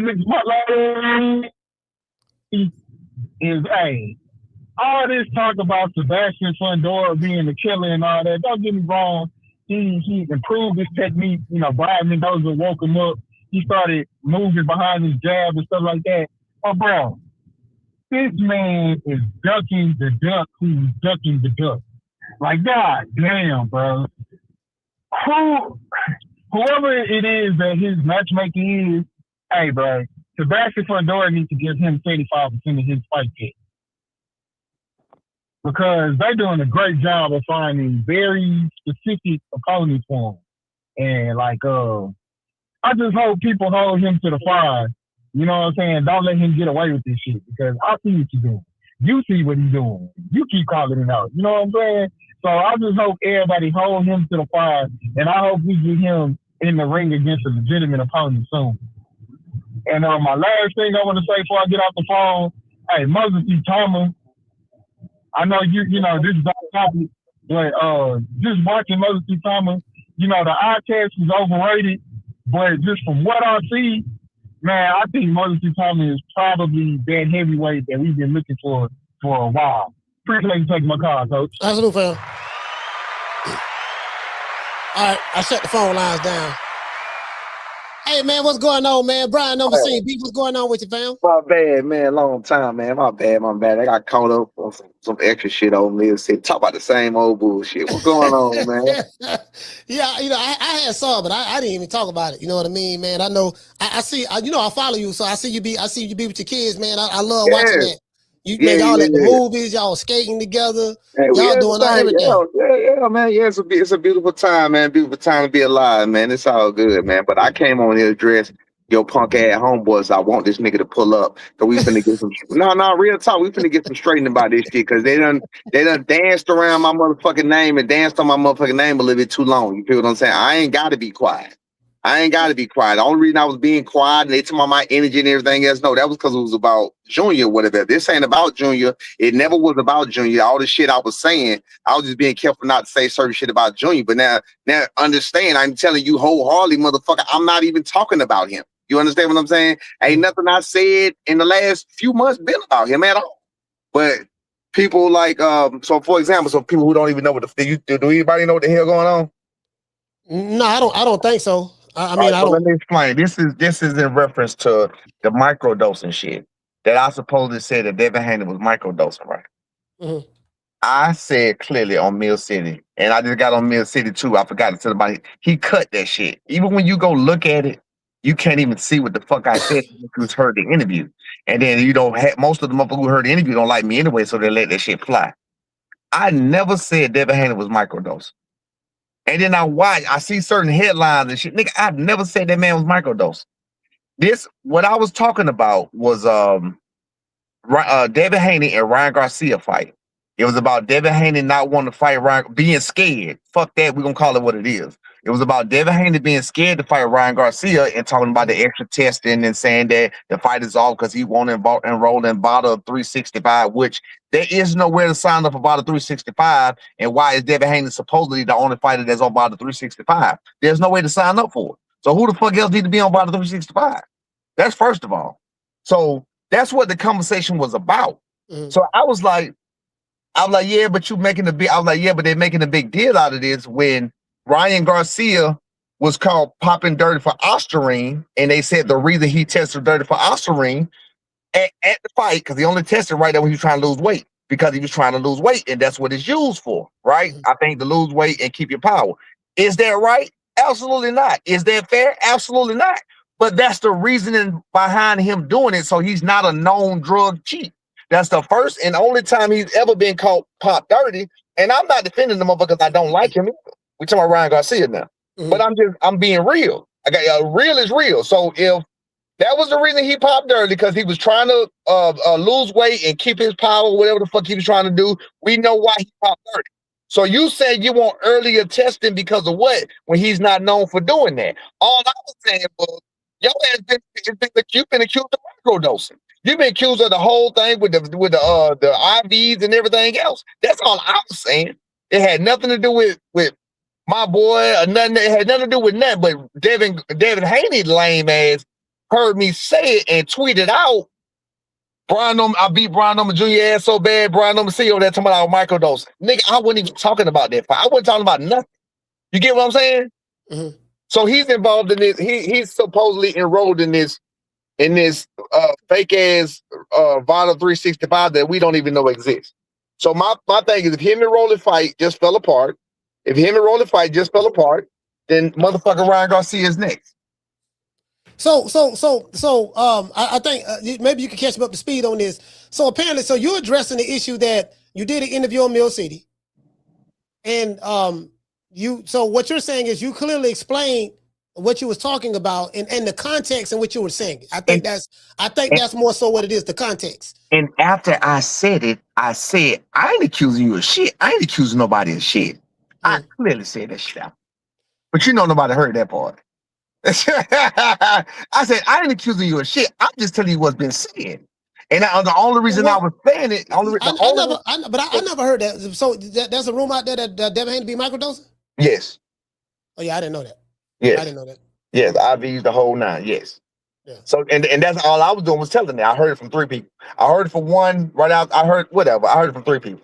Mm. You feel what I'm saying? How widespread it is, I don't know, but I've heard it from 3 people.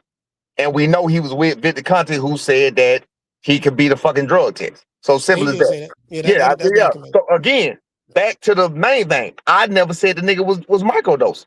I never accused him of anything. The only reason I even said it or brought it up was because he was making a deal about the drug testing with Ryan Garcia. This whole situation was about Ryan Garcia and Devin Haney and how he's afraid to fight the man and he's looking for an excuse not to fight the man. That's all that was about. Okay, when you say he's looking for an excuse not to fight the man, you talking about Ryan Garcia looking for an excuse not to fight Devin? Or? No, Devin, you looking for an excuse not. You didn't hear what this was when he said the fight was off because he won't enroll in and file the 365. All right, so let's go back to it's a timeline issue. This was way back then, so it's a little outdated. Let's go back to the 365 because I remember you know when I came to Atlanta and I was at your gym and you blessed me with the interview, you and your son and stuff like that, and we was talking about that bottle 365, and I think at that point Devin wanted your son to sign up for early testing 365, and there was a campaign. First of all, if you don't mind, I don't even want to talk. That's what I've been trying to tell you. That was what I was trying to do the whole time. Don't even bring my son up at all about nothing. Okay. It's just like he said, he should be able to coexist, do what he do, and not hear nothing about me saying nothing about him. Nothing about nothing coming out about him. You understand what I'm saying? My name is my name, his name is his name. So let's keep that clear first. All right, cool. All right. So I'm glad you clarified that up. So your issue is what? The way Mill edited the video, he edited and worded the title to where it was all fucked up, but I honestly didn't realize it till last night when I heard your video came across my timeline. You did an interview with Bill. That came across my timeline. That's when I text you late last night. Yeah. So that's when the shit came. Yeah, so that's when the shit came across my timeline. Right? I was like, what the fuck? So I happened to be listening, and I heard what the nigga said, and he flipped out. He flipped up the whole thing. We was even me and him. He flipped up with me and him was talking about on the live. Me and him was respectful. Me and him, they had no problems. Me and him, they had no issues. He said specifically, I think you did a great job. I think you did a great job promoting the fight. You did what you're supposed to do. I don't agree with people tearing you down after the fight. I don't agree with all this stuff going around and people faulting you for this and faulting you for that. In fact, you ain't never heard me say nothing. You ain't never heard me say nothing bad about him since after the fight or whatever like that. That's what he said. Those are his words verbatim. You can go listen to the interview with him and Mill City, the whole thing, not a clip. The whole thing, that's what he said, right? Me and him had zero beef whatsoever. Then the nigga gets on your shit that I just happen to look at and say, oh, yeah, he's talking about microdosing. Well, maybe he need to microdose so he can pick up some engines and he can go do this and he go do that. Did that nigga ever respond to you? No, I haven't. Let me see. Yeah, cause I want to get some straightening. I want to get some straightening first of all. Cause that's what I was just over on Mill City talking about. I want to get some straightening first of all. And the yeah.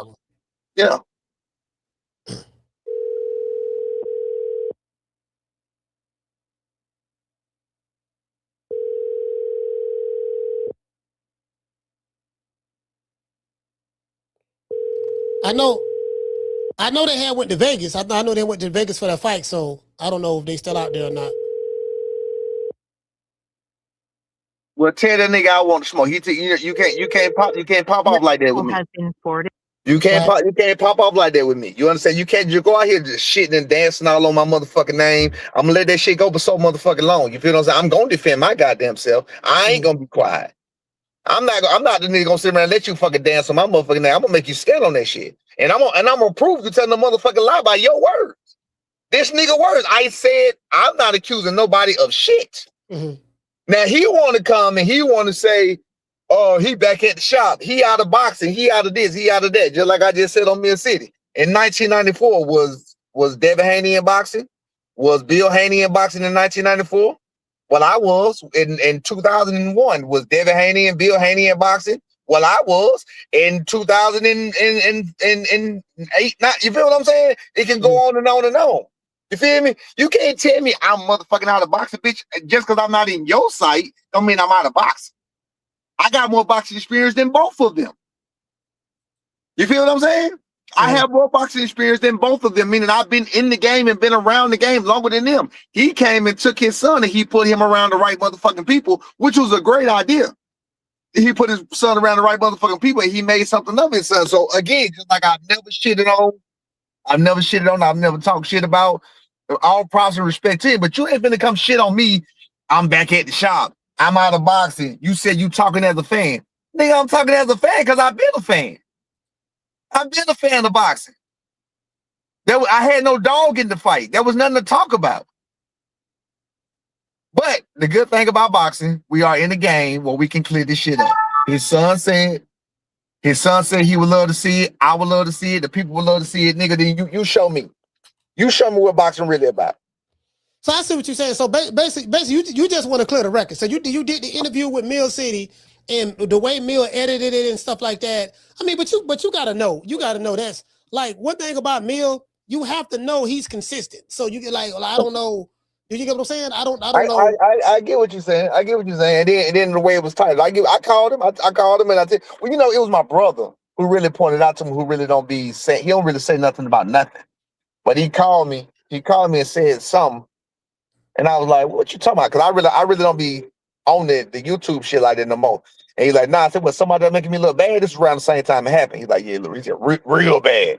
And I said, all right, I'll deal with it. I really didn't think nothing else about this shit. Then I happened to see your show last night when that little clip came across of you and Bill talking last night. So then I researched, I went and Googled myself to go to Mill City I'm like, nigga, but that ain't even what I said. So I went and listened to Mill City. Hey, look, I went and listened to Mill City, and get what? That's exactly what it looked like I said. Said this motherfucker, they don't even know where the fuck it came from. You feel what I'm saying? You can't just start. Go ahead. Why you just won't just call Bill and just talk to him? Fuck Bill because he didn't call me and talk to me. We was on the live.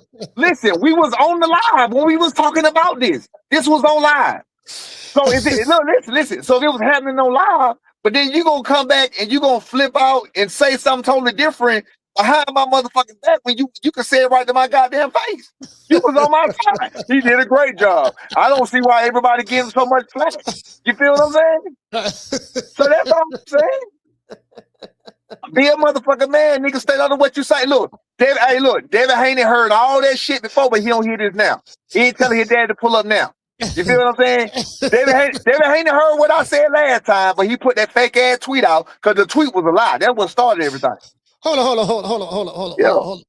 Let me pull up the tweet. Did I see this tweet? Yeah, the tweet that nigga talking about Brian Norman Sr. saying some shit, but I ain't say that shit. That is not what I said. Clear as day. So all right, so the interview you did with Mill City, and then you might about called him Debo Dev, or I don't care. That's fine. It's funny. Yeah. I'll tell you, I like the name. It's funny. Yeah. So Dev put out a tweet, but the tweet was based off of a clip. No. This is why the lie was going on. So he purposely lied. He purposely lied. That's why I'm talking so much shit about that punk ass Devin Haney right now. He purposely lied. I was still on live when he put his tweet out. Me and his daddy was on live together when he put his tweet out. Me and his daddy was together when this tweet was put out. On live. Matter of fact, let me show you what I'm looking at. B. Oh shit. Hold on, let me show you what I'm looking at. Oh, my bad. It's right here. No, it's right here. All right, so I'm at Dev's Twitter right now because I want to see this tweet you talking about. So what did he post? I'm trying to see what did he post? Let me see. Greg Hackett. He posted Greg Hackett. So all right, he said he'd do the fraud or fake. This was in February. I don't know where you at. I can't. Oh, February? Yeah, okay. yeah. Oh, last month? Oh, you March. put that? Oh, my bad. February, March. I can't remember. I'm telling you exact date it was. Hold on. I'm telling you what day it was. I'll tell you exact day. Oh. Hold on. I got you. All right. So I see something right here. He's talking about. Okay, here it go right here. This guy said he said if it's not Brian Norman Jr. talking that day, that's the date. That's the date. That's the date. That's what my son put. He put that behind what Devin tweeted, but my son didn't even know what the hell was going on. He talking behind some shit Devin done said. I didn't say nothing about him. March 15th. He said Brian Norman Sr. just mad he got fired and his son don't F with him no more. Okay. No, before that. All right, so let me go down. He said I paid out of my own pocket, started drug testing for 4 months. Yeah, before that, okay. yeah. He said, oh, here you go. He said, I will. Oh, yeah, you know what? I got it right here. March 15th. He said, I whipped Brian Norman Jr. so bad, his daddy's saying that I'm microdosing PEDs when I'm out of camp. Whole time, I'm the only fighter that's been signed up for 365 drug testing and still pushing for other fighters to do it. Okay, so this is the issue that you have right here. That wasn't the issue. That was what started everything. I don't have an issue with that. Listen, fuck all of that. That's fluff. I don't care about niggas lying and niggas believing. Fuck all of that. My thing was with Bill yesterday, what he just did on your shit when I heard it, and then he gonna flip out because he was on that motherfucker with me and he heard exactly what I said. So I understand and I expect these dumbass kids to do dumbass shit and believe dumbass shit they want to believe. But when a nigga online with me and I say, I ain't accusing you of shit. I ain't accusing nobody of shit. And I say that to your face and you cool with it, we cool, ain't no disrespect, ain't no cussing, ain't no talking over each other. You feel what I'm saying? When we in like that, and then you turn around and act like it's something different, then I got a problem. This is a grown ass man. This ain't Devin. I don't put no stock in Devin Haney. I don't think Devin Haney is bright. I don't think he that bright. I don't think he's smart. I think he's a good boxer. I just don't put no kind of faith in what the fuck he is. Well, I got to go back and listen to it because you know we did that interview last week. Half long, so I broke it, but because it was just too long, I didn't want to release it all at one time. So I saw what I saw last night on by example by design. That's how I look at it then, because that's exactly what the fuck I did. I saw this shit by design, straight up. Call ended. Yeah, because you know what happened was like I have that interview broken up into 5 parts. So another video dropping today. Well, guess what? And I saw that part on purpose. That's how I look at it. That was definitely by design because I happened to be on, because I don't even be on YouTube like that no more. I just happened to be on and I saw this nigga and I was listening again, bro. He was like, I'm talking as a fan and got put like, nigga, I'm listening as a fan. Like, I can't be a fan again. That's why I got to say it's unfortunate that Brian Norman Jr. can't mind his business and go train and do what he want to do without hearing some fake ass shit that I said. I ain't even say it. You feel what I'm saying? But I know to him at some point, I'm like, God damn, nigga, shut the fuck up. You feel what I'm saying? But nigga, I'm going to defend myself. And niggas ain't going to be out here lying on my motherfucking name. You feel me? So I'm going to come and say something about my goddamn shit. I ain't just gonna leave that shit out there hangling and dangling and then and then especially with motherfucking editing and cutting shit. Like when I clearly said something. I clearly said I wasn't even talking about they fight at all. I was talking about Ryan Garcia and Devin Haney fight. Wasn't talking about nothing about none of this shit. Let me matter of fact, I'm finna pull it up right now. I'm trying to see what exactly. All right, you're talking about. It was. Go ahead. You talking about this interview, right? I need to find out where. Yeah, who you talking about? Mill City? Yeah, matter of fact, hold on, my bad. You ain't from New York. No, I'm talking about Bill. I'm trying to see where exactly. Oh, where Bill said it. Oh, yeah. That says where exactly. Yeah, whatever you put last night, it was that. Yeah, just right here. I just don't know because it's 21 minutes long. It was an hour and a half interview. I just took 21 minutes. Ryan Garcia and Mario Barrios versus Ryan Garcia. And I, as far as that I know, anyone that's doing any kind of dosing wouldn't be wanting to do any kind of testing. Okay, this it right here. B. Were you shocked to hear him say that? Yeah, we got him. Speaking of Brian Norman, okay, you know what? I asked him this question.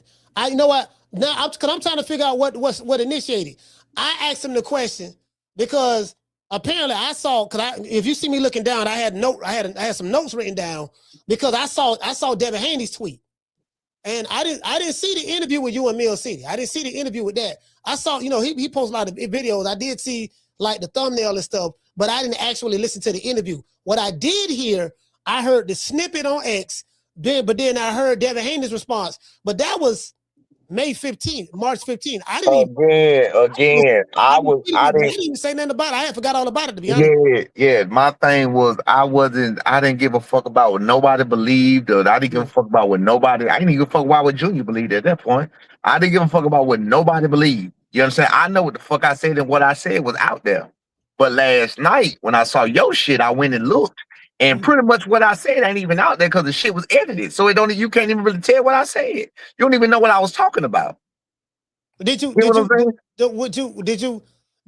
chance to ask Mill to put that part out there with you to contextualize it? Told him to do it, yes, and he said okay, absolutely. I called again when my brother called me. Remember I tell you my brother called me. Mm-hmm. So I said, bro, I don't know what, because I didn't see what he put out there till last night.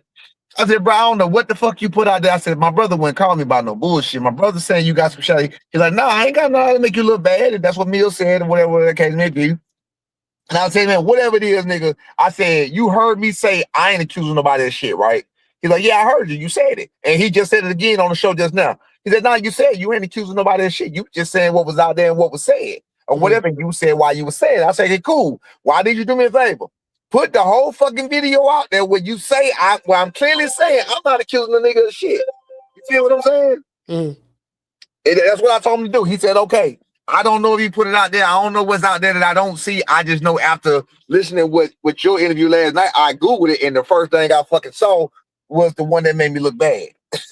You feel me? So you're right. So I went from there. You know what I'm saying? All right, okay. So for the people who haven't heard it, I didn't, hold on, let me listen to this. See, I didn't even know this was out there until I just saw it. I physically saw the video today with Brian Norman. So what it was, I saw that snippet. I saw the snippet.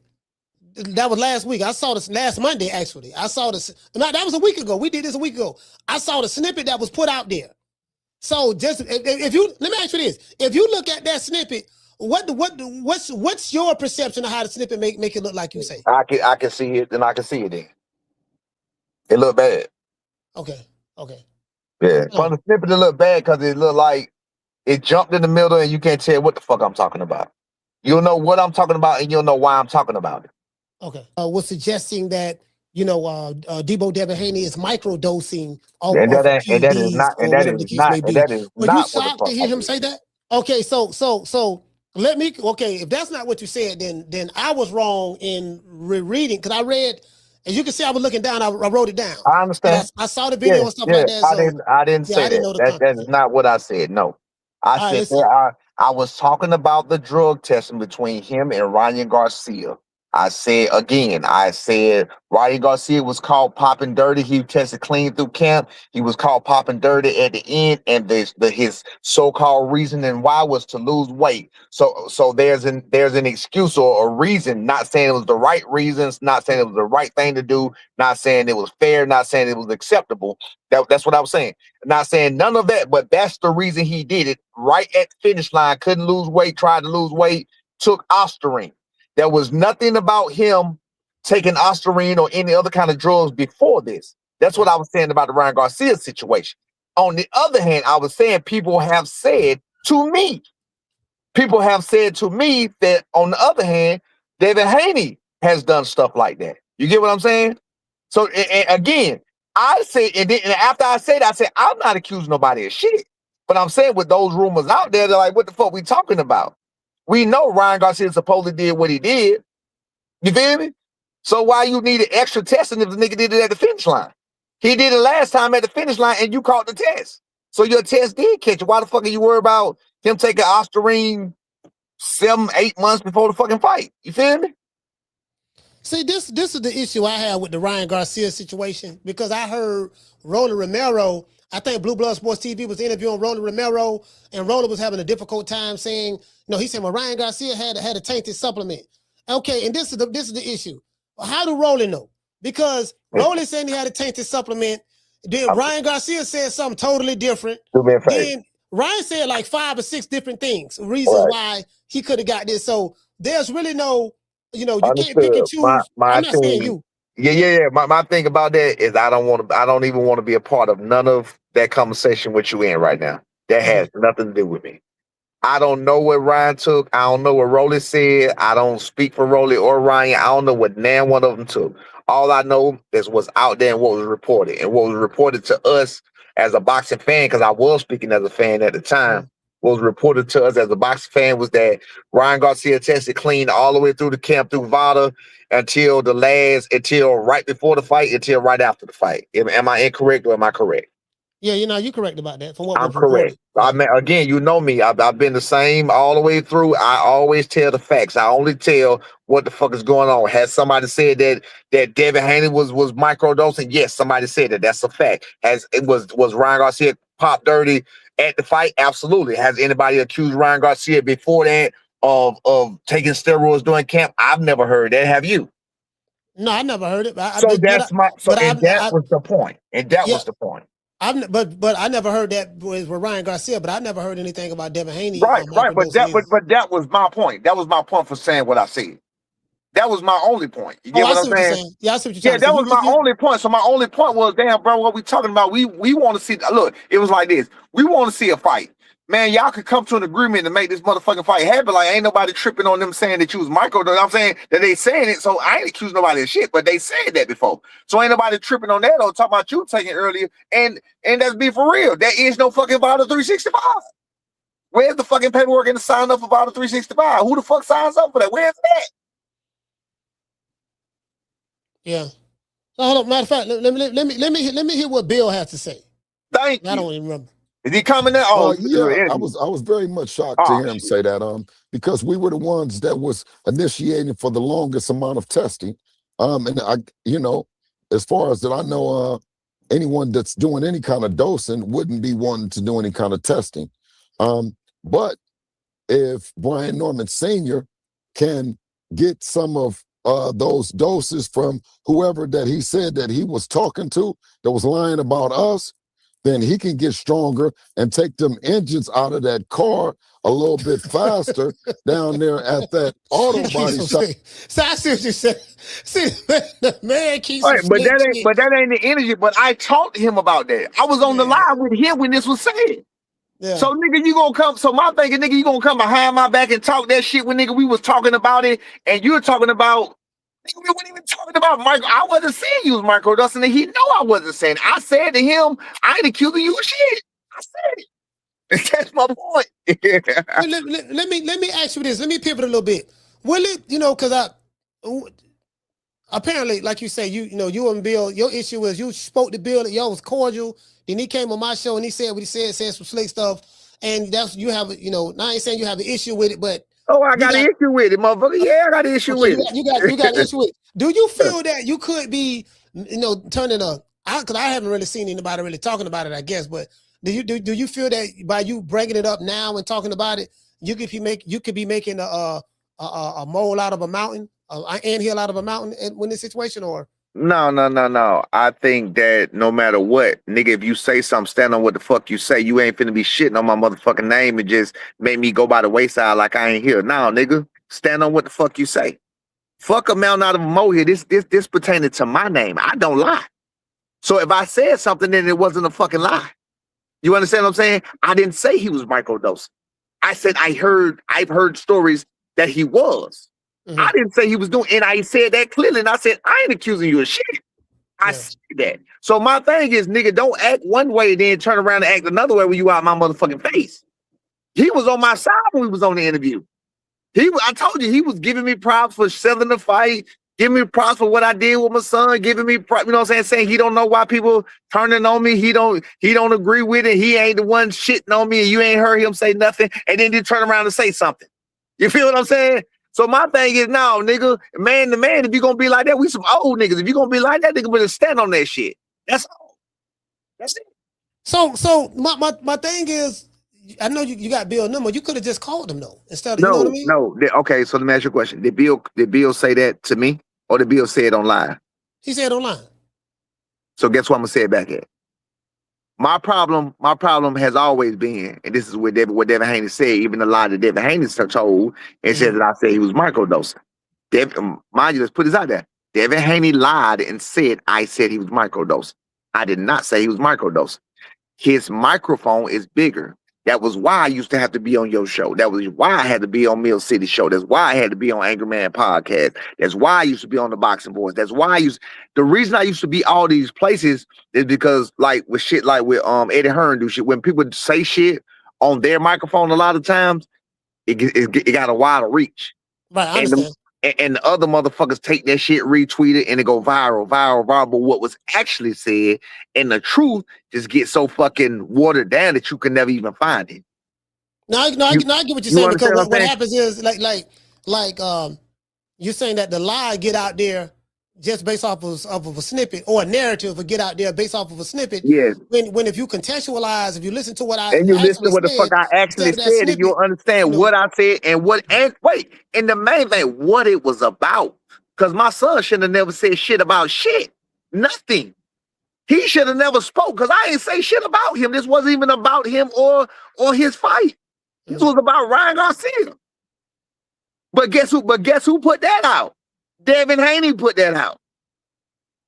So he have a bigger bullhorn. He got a bigger bullhorn. So when he put that bullhorn out, it reached Junior, and Junior responds quick with, "Hey, if Brian Norman Jr. this," you feel what I'm saying? Yeah. And that's my motherfucking problem. That's my motherfucking problem. I'm over here minding I'm a grown ass man. I can talk how I want to talk, say what the fuck I want to say about who the fuck I want to say it about, and I can do it. And my son can coexist how he coexists and do what he want to do. And he had all right to do that and not have to worry about what the fuck I say, have to take no repercussions for some shit that I said, especially when I didn't say it. You feel what I'm saying? Like, nigga, you can't give a nigga some flack and some heat and ask questions about something I really didn't say. I mean, that's my problem. I texted him and called him, and he hasn't. Well, tell that hoe ass nigga I'm here. Tell that hoe ass nigga he talking about me being back at the body shop. Tell that hoe ass nigga, guess what? I built some. What did you do besides you built your son so you make money off of? Bill manage his son. He told you on that live. He look over the paperwork, right? Yeah, he say that you know Devin is the one who talked. Devin do everything. All he do is look over the paperwork, right? Make sure the paperwork right. Yeah. So he a paperwork looker. That's what he is, right? He's a paperwork looker. Well, you know, I mean, I think what he is. I mean, last time I checked, managers negotiate deals. Right. Managers negotiate contracts. That's what managers do. Managers are the first hand man. Managers are between the promoters and the fighter. That's what managers are. Most of the time, promoters talk to the manager before they talk to the fighter. You feel what I'm saying? It don't go the other motherfucking way. So with that being said, my whole point of even bringing that up is the whole thing being said. You call yourself shitting on me for being at the shop. You call yourself shit on me for having nigga. I built this, nigga. What did you build? What did you build? You built something for you to make money off of. You raised a son for you to make money. What should you get props for that? You feel what I'm saying? Shout out to the love. Huh? I'm texting him right now. Tell that hoe. Oh, I thought a nigga test bell. I tell that hoe ass nigga to get on here. You finna straighten this shit right motherfucking now, nigga. You talk all that shit. You talk all that shit about my life skills, nigga. I don't have to call nobody when I want something fixed, nigga. When I need my plumbing fixed, I don't have to call nobody. I got life skills. So, I mean, yeah, I mean, I see what you're saying, Devin Haney. And this is another thing, right? And I think, well, I'm not gonna mention nobody else, but I think people who have an issue with Devin Haney tweeting because he has a bigger bullhorn, then it's like, look, man, if he tweets something that ain't true, then that's what it gonna look like. He can change the perception. But but on the flip side, it's based on a video that was edited that Mill City put out. You missing it. You missed it. You missed it again. Your ass, you high. I was fucking with you. You missed it. Listen. I'm fucking with you. I can tell you ain't high. I can tell you ain't high. Listen, but you missed it. You missed it. No, this particular time we were still on live. It wasn't the video had not been edited or put out. No. Hear me. The video hadn't been edited or put out. We were still on it. Okay. So he know exactly what the fuck I said. Or somebody texted him and told him a fucking lie. And he went off of the lie they told him and texted. Yeah, that's a possibility. Yeah, so I'm saying I feel what you say. You trying to say is Mill City holds some accountability because he still put that shit out. If you go look for it, that's still what you gonna find. If you go try to look for the truth, you gonna see that fake ass snippet, and that's what the fuck you gonna see, and it's gonna look like exactly what the fuck he said, but that ain't what happened. But Devin said it while it was still going on, while it was actively still happening. You feel what I'm saying? No, I see what you're saying. I did miss it. Now I get it. So when Devin spoke on it, it had nothing to do with the edited video. That wasn't even out yet. It wasn't even out yet. Yeah, it was just it was a bald-faced lie. But let's talk about these goddamn fights, man. Did y'all talk about the fights, man? Can I talk about the fights? Look here, man. So Keith Thurman, hey, Clearwater, he from the other side of the bridge. Keith said that, look here, man, he needed 4 more minutes. 4 more minutes. I saw that. And you know, he was gonna put belt the ass on that boy. He was just letting him get tired. Dude was punching him in the face. He said he saw he was getting tired, and you know he punched himself out. So he was trying to get him to the second half of the fight so he could put hands and foots on that boy and show him what one time all about. And you know, so he blamed the ref. Now I will say this: I don't think the ref should have stopped the fight at that particular point. I don't either. I don't think he should have stopped the fight at that particular point. However, if Keith said he needed 4 more minutes, I think that's all Sebastian Fundora needed was 4 more minutes. He was gonna start. He probably would have stopped him in the 7th or the 8th. That just my feeling on how the fight was going. Keith wasn't showing no resistance really. I mean, offensively, he couldn't muster up anything. You know, he had a wing and a prayer. You know, put head down, throw an overhand right, and maybe catch him. You know, but what you feel about that? Man, I agree with him. I agree with him on the fight was stopped a little early. It was stopped a little early. But that pressure that Keith should have been the one putting the pressure on Fundora, which we know Fundora can be a pressure fighter, but he still, I mean, that was pretty much his only way, because backing up against a man with that kind of wingspan, that wasn't going, like you said, wait on the hope and the prayer as far as, you know, missing the shot, slipping the shot, going for a big shot. That was gonna be the only fucking way. But outside of that, as far as skill, I mean, as far as a plan wise, he had to make that adjustment and at least try to cut that distance down and at least try to fight on the inside. You feel what I'm saying? Like, that's what he had to do, because scientifically, what he was doing to him, but that pressure was, I think that pressure was gonna break Keith out the wild, man. I think it was gonna break. But see, this is the thing. That's easier said than done. Like, okay, yeah, he got to fight him on the inside. The problem is Fundora is a great inside fighter. You didn't hear what I said. You didn't hear what I said. I said, but if you going away, okay, I got a stick. And I'm running with the stick, right? I'm running, swinging the stick at your ass, right? Yeah, you're right. So do I got a better chance of coming into you where a stick can reach your ass? You understand what I'm saying? Yeah. So I feel exactly what you said. We saying the same thing. You know what I'm saying? No. But you know what? But if you got a stick, you gotta. If he catch on the end of that stick, that's the full force of it. You don't want to get hit with that part of the stick. So his best. I see what you're saying. His best route was someone swinging that bat. You got to go to it, get up in his chest. Yes, because even smother his punches. Yeah, he stayed at the end of Fundora power. He stayed all the backing up. Man, it was. Man, I felt bad. I felt bad for one time. No, man, I ain't picking that one time. I ain't talking shit about one time, man. You laughing, nigga. You laughing. I was just saying, man. You don't understand. See, he from Clearwater. He from the other side. He from the Bay, right? So we was high on Keith. Like, nigga, that one time we talking about 10 years ago. I remember. I was still fighting when Keith would fight. He was supposed to fight my partner. I know. Hey, B, so he retired. Well, you might well say he retired a couple of times. He said he took these long layoffs, and then the momentum just fell off. You know what I mean? Right. And, you know, and we know in this city, in this area, it's a lot of good talking mofos. I'm one of them included. So we talk good. So Keith a good talking ass nigga. I'm like, man, this nigga, man, look, we ain't going for the good talk, nigga. What you gonna do? You gotta represent, because we had no kick him to the curb, and we trying to let him come back in our good graces. And so I was like, man, you know, Keith would have talked about that one time shit. And then but you know what, B, what I realized, I said, Keith been boxing as a pro for 19 years. He turned pro in 2007. Yeah, I saw.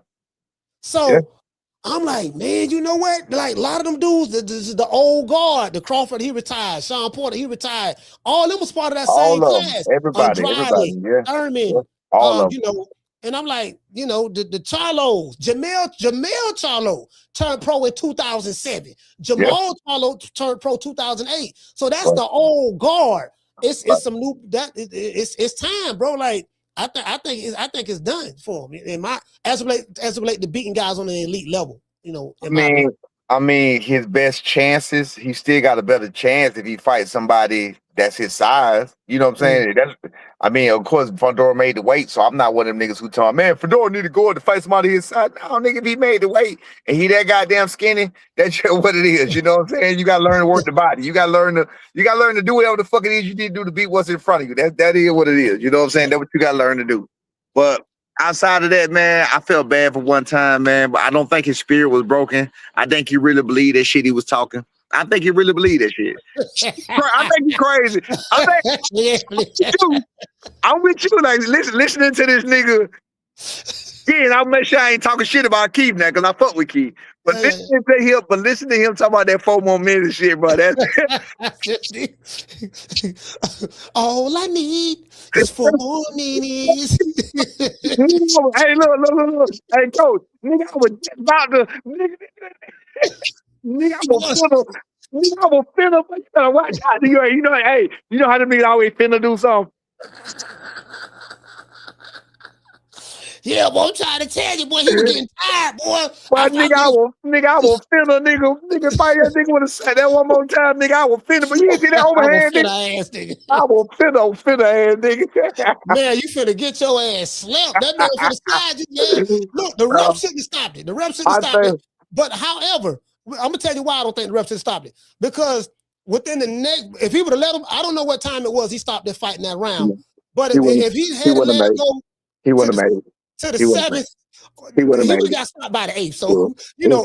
That's what I'm saying. I think it's good for one time that it did get stopped. Where it got stopped at, because I think everybody's agreeing that it was. I think everybody agreed that it was stopped a little bit early, but I think everybody was agreeing that, nigga, you wasn't finna win.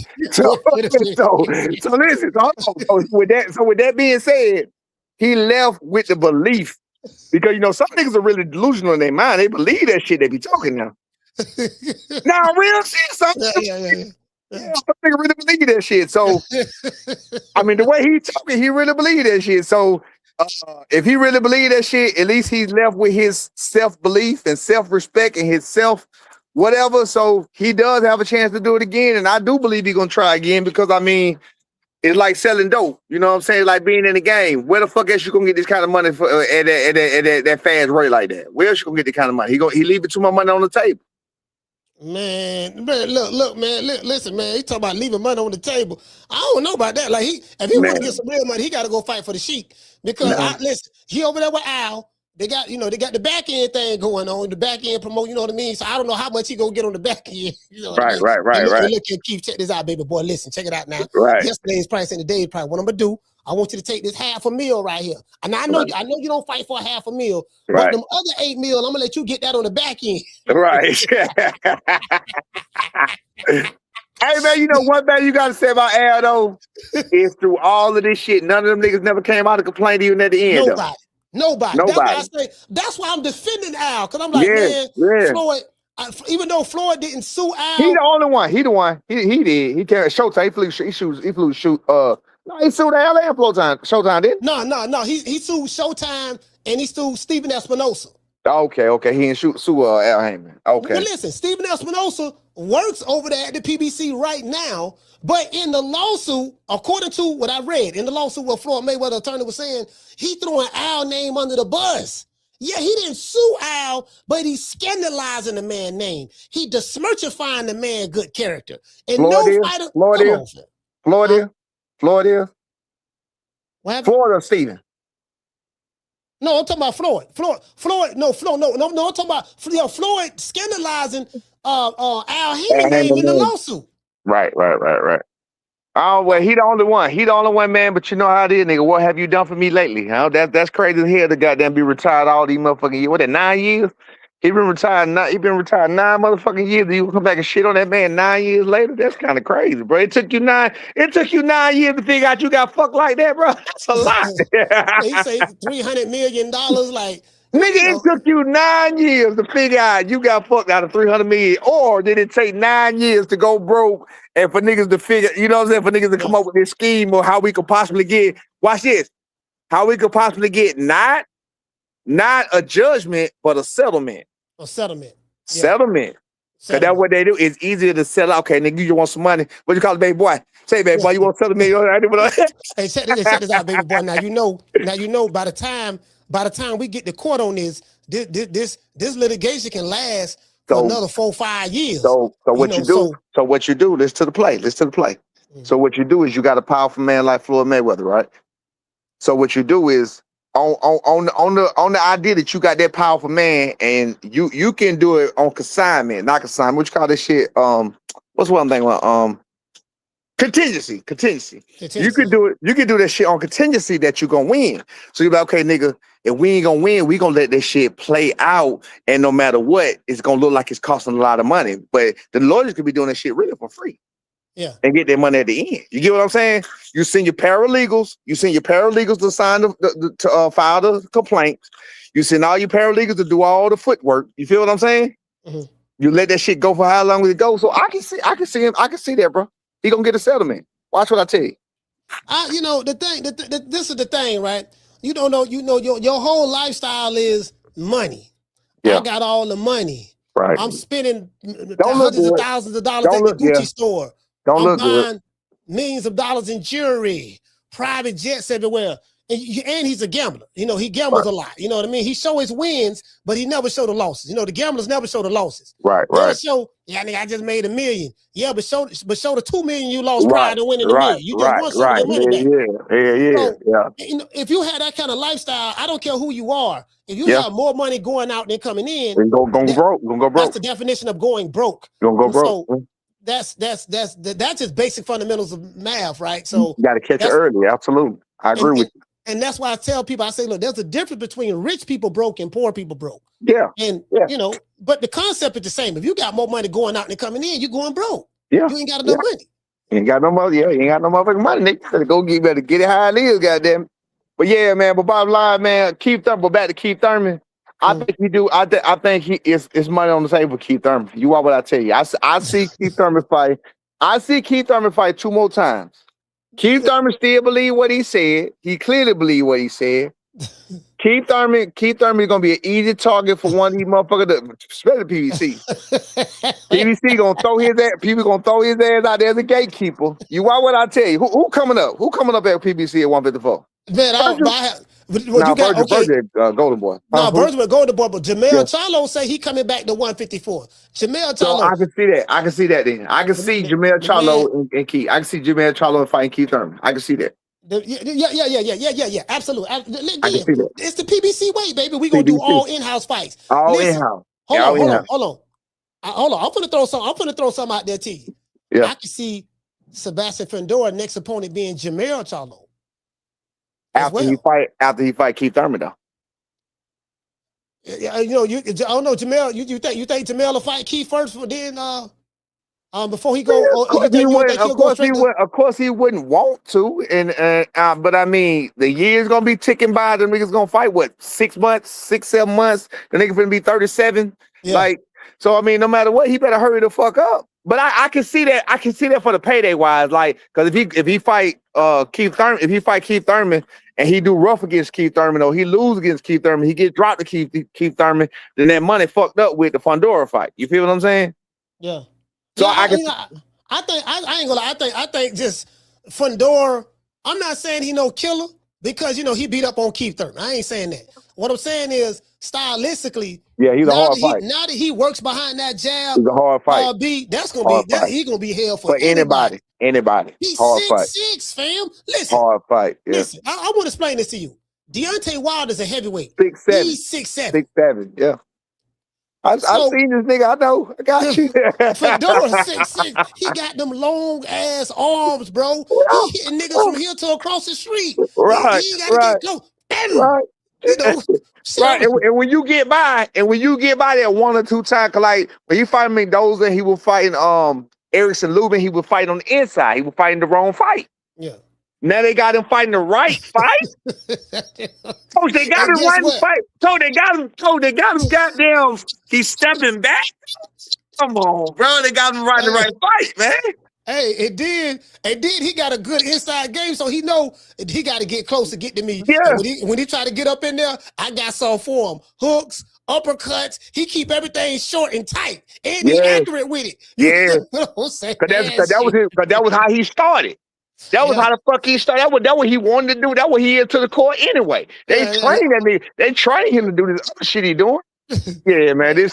Hey man, he a hard one, buddy. He a hard one. Hey man, like, he a hard one. Hey, I'm gonna tell you right now. I'm gonna listen. Hold on. What's he saying? Keely saying, Coach, do you have it on subscribe? Oh, hold on. All right. I'll put it on subscriber mode. Yeah, we'll get rid of the bots right now. Whatever the bots is, I'll do that right now. Yeah, man. I'm sitting back. Damn, how can I do this? I'm sitting back. Oh, here it go. Is this it right here? Hold on. I'm trying to. Yeah, I got to put it on subscriber mode. I do that. Yeah, but hey, B. But listen, man, doggone Keith. Listen, Keith need to. Jermell Charlo. He's not gonna beat no elite fighter right now. Like, who he gonna beat at 154? Like, who you foresee him beating at 154? So what you do? Got Boots there. No. You naming the top dogs. So you got still. I know it's gonna be crazy. Just hear me out.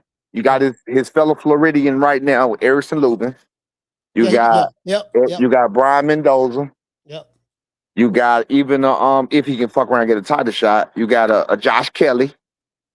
Which I think stylistically that'd be a good fight because they both try to box a little bit. You know what I'm saying? So he does have some kind of life there. He ain't outclassed by everybody there. He just couldn't get to this man, bro. He couldn't let him go. Like, think about the fight that he was fighting with Sean Porter. Think about all the combinations. Think about all the shots that was being landed. You feel what I'm saying? He couldn't do that to Fundora. You feel what I'm saying? He couldn't accumulate no motherfucking punches. His punches were on a listen. This nigga style or his game plan was slip and pray. I mean, why they go slip, pray? You feel what I'm saying?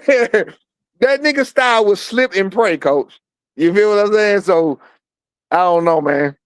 I mean, but you hold on. But you know, what I'm saying is, I mean, motherfucker 6'6", bro. I'm gonna tell you something. If I'm getting motherfucker that tall whooping my ass and in the ring and the ref we got strict instructions. Fam, look, you throw the towel in.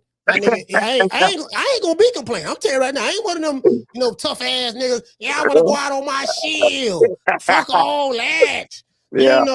You know, somebody got to live to see another day. So it's like, okay, man, at this point, this man beat the brakes off me, dog. Man, listen, man, my left eye swelling up. I got a blood clot up under that. He damn near finna break the orbital bone. You know, I got red marks every goddamn well. I'm running. I'm trying to get away from him, but his arm's so long, he catching me at the end of punches. That power. His power, what he must have had by making all them goddamn marks and bruises, that was the most impressive to me. Yeah, like that big nigga ain't pity patting. That big nigga ain't pity patting. Yeah, he ain't see kid how. Hey, he nice too. You know what? It's amazing you said that because I said that in my I did a short. I was like, man, I can see Keith Thurman and Erickson Lubin. They need to fight each other. Two Florida boys. I said two Florida boys. They need to fight each other. I think Keith from Clearwater. Lubin from Orlando, if I'm not mistaken, up in there. Yeah, they can fight each other. He's on that level. He's on that level. Good payday for both of them. That's why I say money on the table. Good payday, good little retirement, a little tie weight going away. And now, good going away presence for both of them. Because Lubin, on the top level, dude, Lubin got to be done too. You know what I'm saying? Yeah, it's over with. Yeah, good Lubin ain't want to. It's over with for Lubin. Like right now, he don't been beat up too much, man, and he don't been beat up too much. But hey, B, I know you're on the phone and stuff, but is there anything else you want to say in closing? I'm call you right back, but I gotta call you right back. Okay. All right. My bad, Coach. Now, is there anything you want to say in closing? No, Coach. We good, man. I just wanted to see if I could smoke this nigga out talking that shit. You don't talk that shit. You know you don't talk that shit behind my back. If I hear it, I gotta address it. I try to stay away from it. I try to stay away from the drama on account of my boy that I can't seem to talk about boxing. I can't seem to be nowhere without somebody motherfucker relating that shit to him, even though I don't say nothing about him. You feel what I'm saying? But you know, it's unfortunate that he can't live his own life and do what he do and do his own thing without them trying to tie him to me. You feel as if I ain't the nigga that got him where yet, but as if you feel what I'm saying? But they're making it a negative. It's a negative vibe now. It's not positive now. You feel what I'm saying? Again, who the fuck wants to bring negativity towards a child? Just like I always wanted to be positive, and I always wanted him to go up, and I always wanted him to win, and I always wanted to be victorious. Well, hey, I can't hear you. Can you hear me? Can you hear me? Yeah, I can hear you now. Can you hear me? Yes, My sir. bad. I walked away from the building. My bad. I said, just like when people was asking, when City asked me, did I agree with the decision? Did I agree with, what was done? I was like, you know what? I didn't at first, but then I thought about it. Like, you know what, bro? Who the fuck want to deal with that shit every day? And it's not even what I'm doing. It's the people. It's not about what I'm saying. Because you go look at interview I said, I don't really say shit. You feel what I'm saying? But it's the people. Oh, okay. All right. Hold on, Senior. I got to give some pushback. What about the people who say, you know what, Senior is never wrong. There's no accountability. He's always right. What about the people who say that? Do you think that you're misunderstood or what? Okay, when you say I'm always right and I'm never wrong, when the fuck I say I wasn't wrong or right? I don't. That sounds like something. No, I'm not saying okay, that. but right, I understand. But if somebody says that, by all means, I used to always be here to answer questions. I've always been here to talk to people and say whatever. So if you ever tell me I'm motherfucking wrong, I've been right here for you to tell me where I'm wrong and prove where I'm wrong at. You feel what I'm saying? Like the stuff that people was mad at me about was motherfucking shit that was facts. It was about people saying at the time certain people hadn't been tested or have been tested and hadn't been tested. I was like, well, wait a minute. Everybody in the game is fairly new right now. Everybody, you feel what I'm saying? Like, nigga, none of them been tested. That's a fucking fact. You feel what I'm saying? It's a whole new breed of fighters coming in, just like me. You just talked about with Keith Thurman and Charlo maybe being on his way out. It's a whole new echelon of fighters coming in, nigga. None of them have been tested. Have been tested, yeah. So when I say shit like that, what the people are just saying shit to me, I'm never wrong, nigga. I never said I'm never wrong about nothing. I've never said that my boy was wrong about some shit. I've never said none of that shit. I've never said that I'm right and he wrong. Can't tell me nothing I said it about at all. Nothing. You feel me? Yeah, I understand. Yeah. So when you say about the pushback about that, I don't have a problem with no pushback. That's why I was doing so many interviews at first, is because of the misunderstanding at first. I was here to clear up in you remember I used to come in the motherfucker asking for smoke, begging for smoke. You know that. Yeah. You feel what I'm saying? Like, nigga, tell me, nigga. Come show me, come tell me, come point it out. Cause I want you to show me if I'm wrong. Cause if you don't show me I'm wrong, nigga, then I can't fix it and I can't be right. But if you show me some bullshit, then I'm gonna call it some bullshit. That's it. So that's just not true. I am wrong. I am wrong at times. If you, without saying anything about your son, if you had a chance to do it all over again, what would you do different? I'm saying not do so many only interviews. Interviews, all interviews. I wouldn't be out here. That's the only thing I do different. I wouldn't be out here because I put myself and him under so much scrutiny, under the microscope by people who ain't done shit, who can't do shit, people who are just fans of the game. You feel what I'm saying? Who unfortunately have influence because they are the fans of the game. You feel what I'm saying? And they are the real fans of the game. And they are so. If you ask me what I do different is I wouldn't be out here. I wouldn't be saying shit. I keep everything short, and that's what I tried to do after that situation. That's why I wasn't saying nothing. That's why you didn't really see me. I was trying to keep it short as possible while still talking about the sport that I love. But somehow people kept tying me to this and kept tying him to me. And even when I didn't say nothing, you gonna find it. You ain't gonna find me. I said nothing about him after the fight. You feel what I'm saying? But you kept finding people kept tying me to this and tying me there or whatever. You feel me? So it is what it is. But that you asked me would I do anything different? That's what I would do. I just wouldn't. I wouldn't because it's not even. Life is so much peaceful without this shit here. Without looking to see what people who don't even matter got to say, without coming in the, you know, I used to respond to niggas in the comments and shit. I don't respond to these guys. Arguing in debate in the chat. Arguing in debate with niggas, hey, arguing in debate with niggas that ain't even got no job, living on their mama's sofa and shit, like all kind of shit. You feel what I'm saying?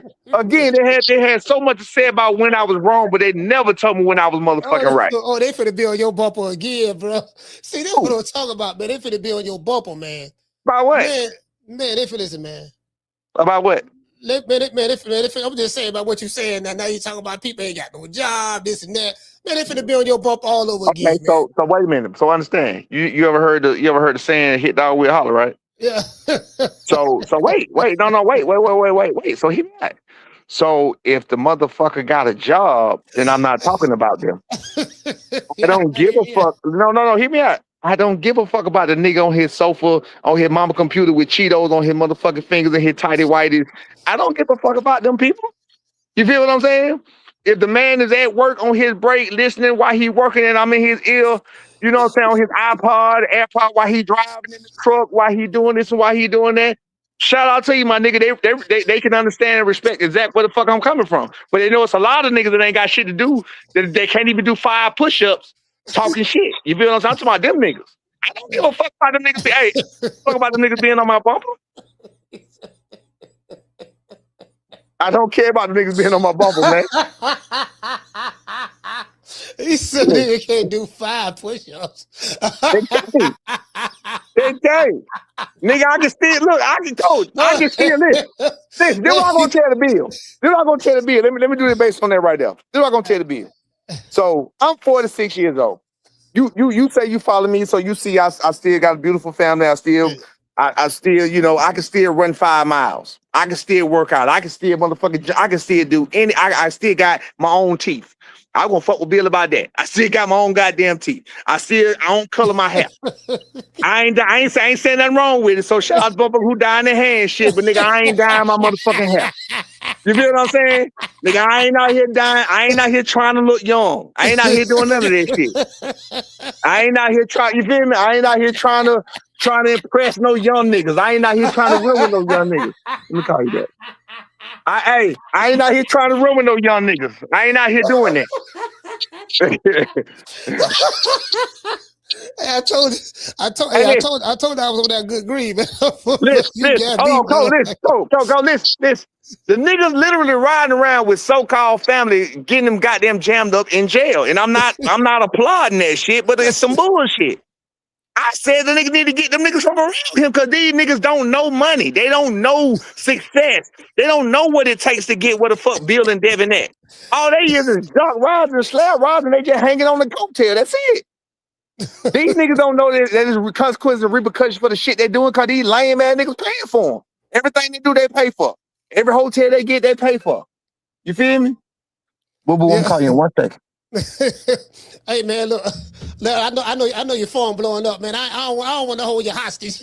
Nah, it's all good. It's all good. In closing, what you want to tell the people in closing? Or what you want to say to Bill Haney in closing? Because he ain't called me back. Baby, give me 1 second. I'm calling you right back. Baby. I'm calling right back. What you say, dog? Lady trying to holler at you? That's my daughter. My 12-year-old. Man, I ain't got no motherfucking old lady. That's my 12-year-old boo-boo. That's my baby. Yeah, man. And one thing about 12-year-old, but they don't understand nothing. Oh, your daughter 12. Baby, can I call you back, baby? Yeah. Give me 1 second. I'm gonna call you back. Yeah, man. All right, bye, baby. Say what out. Yeah, she needs my daughter 13, so yeah, yeah. So you already know. Yeah, they don't take no for an answer. You tell them something, the phone gonna keep ringing. They don't know what call you back mean. They don't know nothing, man. You know, my old kids, I say something to them, boy, shit, they was on point, nigga. It was what it was. These new kids, nigga, my daughter, he don't give a fuck. Hey, how old your other son is? The one that said, Devin Haney hang it up when he was out there. How old he is? My oldest son to be 32 years old, and I had babies young. My oldest son to be 32 years old, and I be 47 in May, and my son be 32 in July. Oh, okay. All right. So I got up and I got old. I've been having kids. I've been doing it all my motherfucking life, man. I've been doing that's what I'm saying. And I've taught my kids and taught my boys, even B. These niggas were changing oil and changing at 14 years old. These niggas change tires and shit. You feel what I'm saying? I got him out here at the shop. I got him working. The skill economy. My son right now got his own courier service. Like, these niggas working. Yeah, the skill economy. The skill economy is where it's at. Like if you don't have any trades and know how to do some shit, you ain't gonna make it in the future. You know, like for real, like that, bro. That's a whole nother conversation. But all right, B, look, man, look, I'm finna get ready to wrap this show up, man. I'm finna kick rocks. All right, man. All right, man. I appreciate you. I appreciate you giving me the platform. You tell B a lame ass he got some smoke with me, nigga. I tell you what, if we ain't talking about me and you getting in the ring or doing whatever, if you be a fake ass nigga, you can't stand on what you say. Cause I got on video what you said on both ends. On one end is he didn't do nothing wrong. You'll see me tearing him down. I think he did everything he was supposed to do. I think he sold the fight good. He built the son up. He did this. He did that. After the fight, I think he was tore down. This is what Bill said. After the fight, he was tore down. I think, he shouldn't have been tore down like he was, and I didn't agree with it. And you don't ever see me tearing him down. Then that thing, I know I see the nigga tearing me down on your shit. You feel what I'm saying? Then I see the nigga doing exactly opposite of what the fuck he just said on your shit. You feel what I'm saying? When we just motherfucking talked, I just told you I ain't accusing your son of nothing. I wasn't talking about my son at all. I was talking about Ryan Garcia and Devin Haney, and you still scared of the man. That's why the fuck you got rolling fight going, nigga. That Ryan Garcia better be next, bitch ass nigga. How about that? And especially Devin Haney, old lame. I want to fight Devin Haney, my goddamn self. I can't stand that little nigga. I hate little niggas, man. I can't stand that little nigga at all. I can't stand that little nigga. I don't know, man. I don't know. They got great footwork and a good jab. Now I don't know if you get around that now. Devin Haney ass. I don't give a fuck. Fuck Devin Haney, nigga. I say, look, Brian Norman Sr. stand on everything I goddamn say. You know that, nigga. You pass your prime, man. Devin in his prime. You pass your prime, man. You can't. Pass like a motherfucker. Like a motherfucker, man.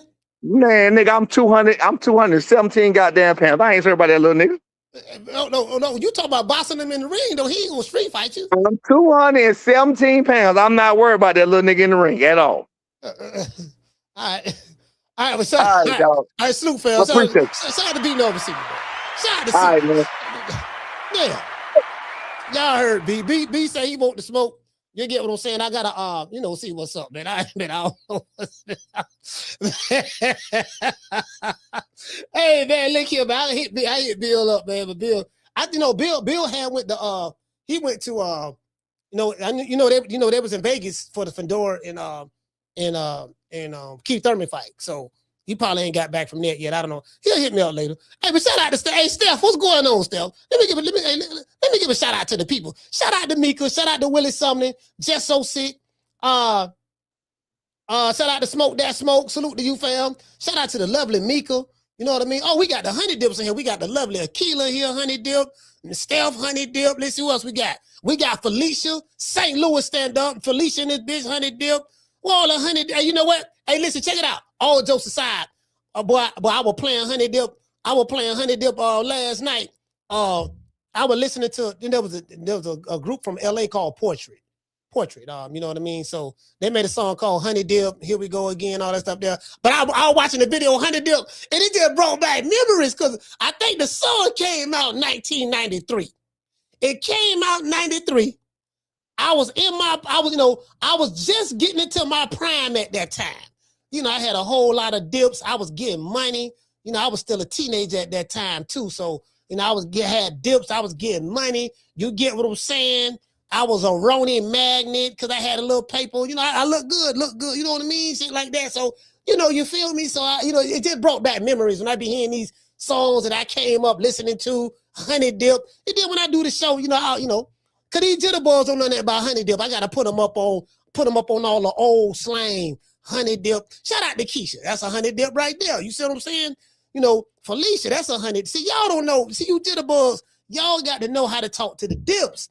Now, again, we ain't talking about the thoughts now. You got the thoughts and all that stuff there, but that's it. But anyway, but back to Keith Thurman. I don't want to, y'all know I'll go off on to start talking about some other shit. But back to Keith Thurman. You see what I'm saying? So Keith Thurman is over. It's over. You see what I'm saying? Like the ref, I don't think that the ref should have stopped the fight. I think he stopped the fight prematurely. I think he should have gave Keith, let him finish that round out. And then if he made it out that round, go to the corner and say, hey, man, Keith, look here, baby boy. The man beating the brakes off your dog. This round, this what he should have did. If he would have made it out the rest of that 6th round, man beating the brakes, the man beating like Black Jack Mulligan did Kevin Sullivan in 82 at the Armory. So what we gonna do? This is what we're gonna do, baby boy. I'm gonna give you this one more round. I'm gonna get it one more round. Nigga, if you can't switch your game plan or strategy up, no more, you know what I mean? You ain't been dropped yet, but keep, man, that left eye swelling up, that he jamming you to death. The man jamming you to death, you know what I mean?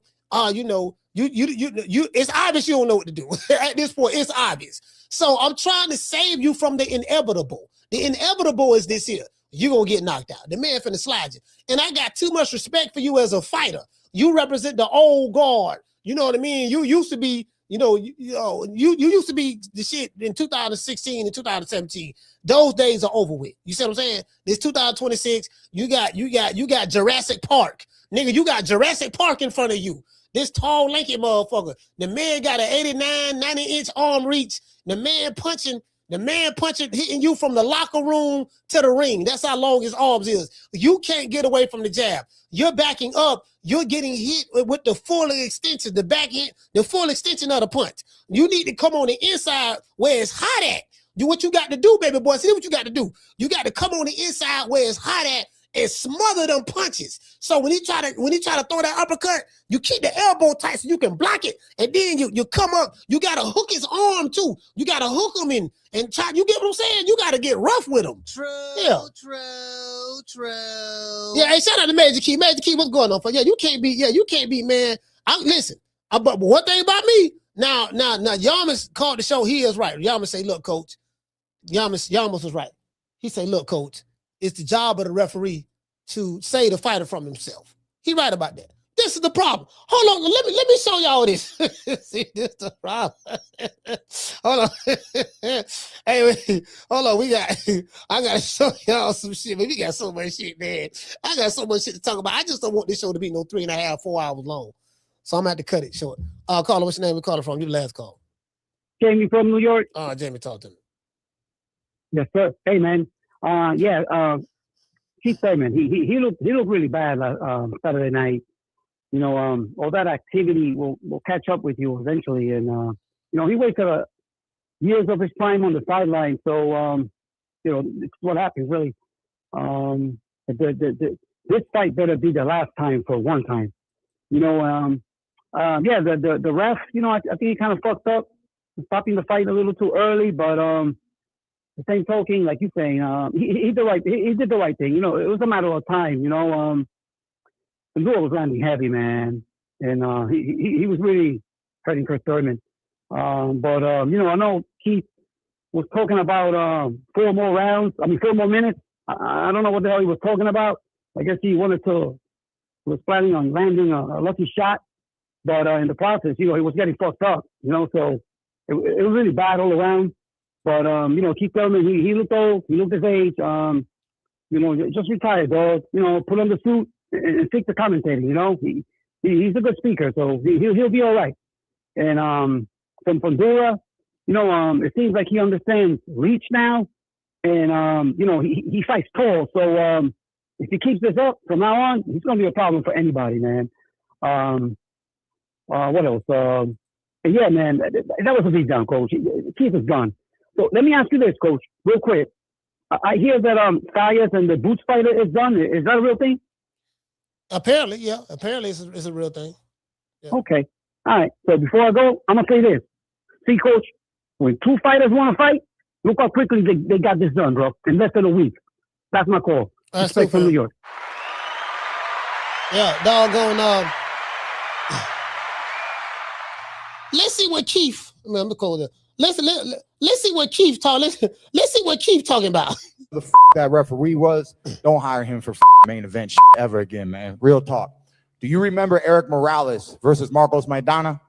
Do you remember how many times people fought with broken orbital bones? Shit's not even broken, man. Never got dropped in the whole fight. I'm getting caught on the back end of punches. Yeah. Yeah, you getting caught on the back end like the foot, fam. You getting caught flush. Bam. This man was punching down, dog. Man was throwing uppercut. Man, listen, man, that man was accurate. Now, again, I'm not saying Sebastian Fundora is a killer because he beat up Keith Thurman. Like, he has a physical size, height, reach advantage over Keith Thurman. So, when you have a physical advantage over a little guy, I can't say, oh, you a beat Godzilla because you beat a little motherfucker. You did what you were supposed to do. So I want to see these other dudes who's supposed to be catching bullets with their teeth, like Boots Ennis, like Vergil Ortiz, Xander Zayas, they fighting each other. After that, I want to see these other dudes in Fundora fight. Now, Fundora gonna be picking and choosing. He Scamps Allowance, boy, they gonna play keep away with that belt. He gonna fight all in-house PBC fights. Watch. The referee told me in the locker room. Man, look at that eye, bro. Bro, like, look how swollen this eye look. Fam, bro, it look like it's finna bust. It look like if he got punched one more time, blood just gonna shoot out his eye. Man, come on, fam. Tell me something. Move your feet, duck your head. I won't stop the fight. I'm using my legs. I'm getting caught on the back end. I wasn't buckled. He just jumped in like a white rabbit, man. So the little hoppy referees, they're not made for main event boxing. He said the referees ain't made for main event boxing, and guess what? You ain't made for main event boxing neither. True. Cause we just saw you at the main event this weekend, and the praying mantis, Jurassic Park. Praying mantis, Jurassic Park will put hands and foots on you that night. The fight was getting fun. The people were standing on their feet. We were just getting into the grind. He tried to convince. See, this what a delusion set in. Look at this nigga face. Hey, Schoolo, look at this nigga face. This what a delusion set in. The fight was getting fun. The people were standing on their feet. Like he gave a damn about the people. We were just finna get in the grind. Yeah, you're right. The fight was getting fun for Fundora. The people was getting to their feet to see your ass get knocked out. And we were just finna get in, y'all were just finna get in the grind. Yeah, doggone Fundora finna grind your ass up. True. Yeah. That's what was finna happen. That's what was finna happen. If he would have gave that one more round, nigga, I guarantee that fight wouldn't have made 8 rounds. No, he ain't making 8. Nah. Caller, what's your name? You called from your last call. Coach, what's up? This is Chris. Chris Garnett in Decatur, Georgia. Chris from Decatur, talk to me. Y'all sitting on Thurman a little hard. Who was y'all? Thurman fight before. Look like everybody in the chat, even you a little bit. Explain. What am I saying that shit on? Explain. Like he's finished. Like the caller before me. Oh, he's done. He's finished. He just had a very bad matchup. Keith 10 years ago would have caught the same beat down from this Sebastian Thurman. That's a bad matchup. He beat the shit out of Brock Jarvis last fight. He really did, man. He should have fallen off since the last fight. And I'm not saying Brock Jarvis is a big time fan, but Keith looked real good in that last fight. Who was Brock Jarvis?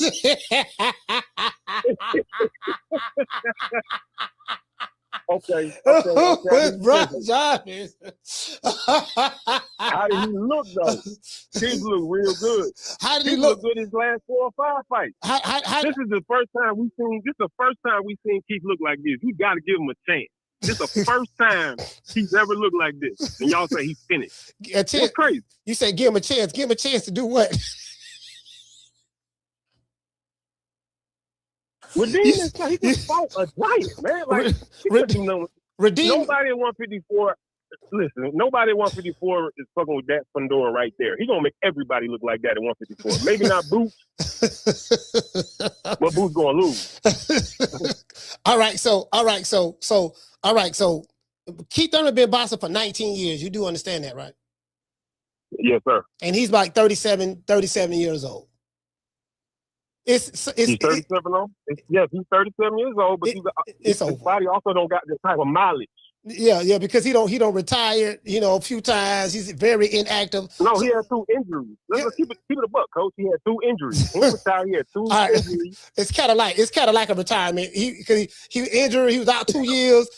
Injured again, out 3 years. Injured again, out 7 years. Injured again, out 5 years. So he was just injured out to the point to where people don't even know who he didn't even know who he is anymore. He came back to the game talking like, yeah, I'm Keith Thurman. It's a whole new fan base here now, fam. So, That's true. That was just the wrong person to fight. All right, so the wrong person. He should never fought that guy. So, okay, so who can he fight? Who can he fight then? At 154. I like to see him go get Charlo next. He gonna dust Charlo. I don't know. I don't know if he gonna dust him or not. Cause both of them inactive fighters. So but yeah. All right, that's all you got? Yes, sir. Yes, sir. All right, salute, fam. Yeah, I ain't, man. Nigga said we too hard on. He said, yeah, man, see what it is now. Hold on. Wait a minute, Coach Ron. See what it is, dog. Y'all too hard on Keith. See, Keith still got something left in the tank. See, that was just a bad matchup. Keith got a chance. Keith got a chance to come back. Come back and do what? Come back and do what against whom? That's the question. Okay. For all of those, I'm from a city called Tampa, Florida, right? I'm in the Bay Area, Tampa Bay. This is Tampa Bay. That's where I live at, right? On the other side of the bridge, the Gulf, is Clearwater in St. Petersburg, right? So Keith has been boxing for 19 years. He's old, right? His best years is behind him. He fought Danny Garcia, Sean Porter. That's his claim to fame, beating them. He beat them. Let's be honest. Keith wasn't no hell of a nigga. Even in his prime, he wasn't no hell of a nigga. Now, he was a hell of a talker, but he won some close in-house PBC fights. That's what happened. He won some close in-house PBC fights, right? But I can't sit here and say, and again, Keith is from the Bay. But I'm gonna keep it 100. Like it went like he was no hell of a fighter when he was in his prime. You get what I'm saying? Now he's a world-class shit talker, but that's what we do in this city. In the Bay Area, we some shit talking ass niggas. So, but outside of that, I'm like, so now, if he wasn't all that in a bag of chips in his prime, what in the hell can he do now at 19 years deep in his boxing career? An older fighter, the ponytail gone, he got a bald spot, he got a fade in the front, a fade in the back, and that's it. Come on, fam. True. Who he gonna beat? When I say beat, I mean the guys who have the belts. Which guy who have a belt at 154 who you like to see Keith Thurman get in front of, who he gonna beat? He can't beat Xander Zayas. We might move him out the way. We saw what Fundora did to him. I will move him out the way. Who got belts at 154 who that Keith Thurman can beat? You get what I'm saying? Come on. Who got belts at 154? That who he can beat? I mean, you gotta be realistic. You gotta be realistic. You get what I'm saying? Like, come on, like the man. Okay, somebody say Josh Kelly. That might be the best option for him. Josh Kelly. He got to go to the UK and fight Josh Kelly. I got my shit. I might see him and Josh Kelly. He had to go to the UK fight Josh Kelly. Yeah, I mean, I don't know. I don't know if he can even beat Josh Kelly. That's kind of like there's no foregone conclusion that Keith Thurman gonna beat Josh Kelly. I would know what I think it is. I think a lot of y'all who like Keith Thurman, I think y'all just overrating him. I think y'all just overrating him at this point. He's 37 years old now, dog. Nigga damn near 40. He damn near 40. Been boxing for 19 years. Yeah, man, y'all got two expectations. Again, I can't tell a man how to think, but shout out to Iran. Hey, okay. Dropping that half for bam, dub on your boy. Hey, Leroy. Super chat received. Playtime's over, boy. He said, coach a real one. Mill C to be on that bullshit. Well, I mean, I ain't got nothing bad to say about Mill. I can't knock a man hustle. I get it. I know he got to get his money. Because it ain't a lot of money. He ain't making a whole lot of money on YouTube boxing content. I know what I know what the ad revenue is.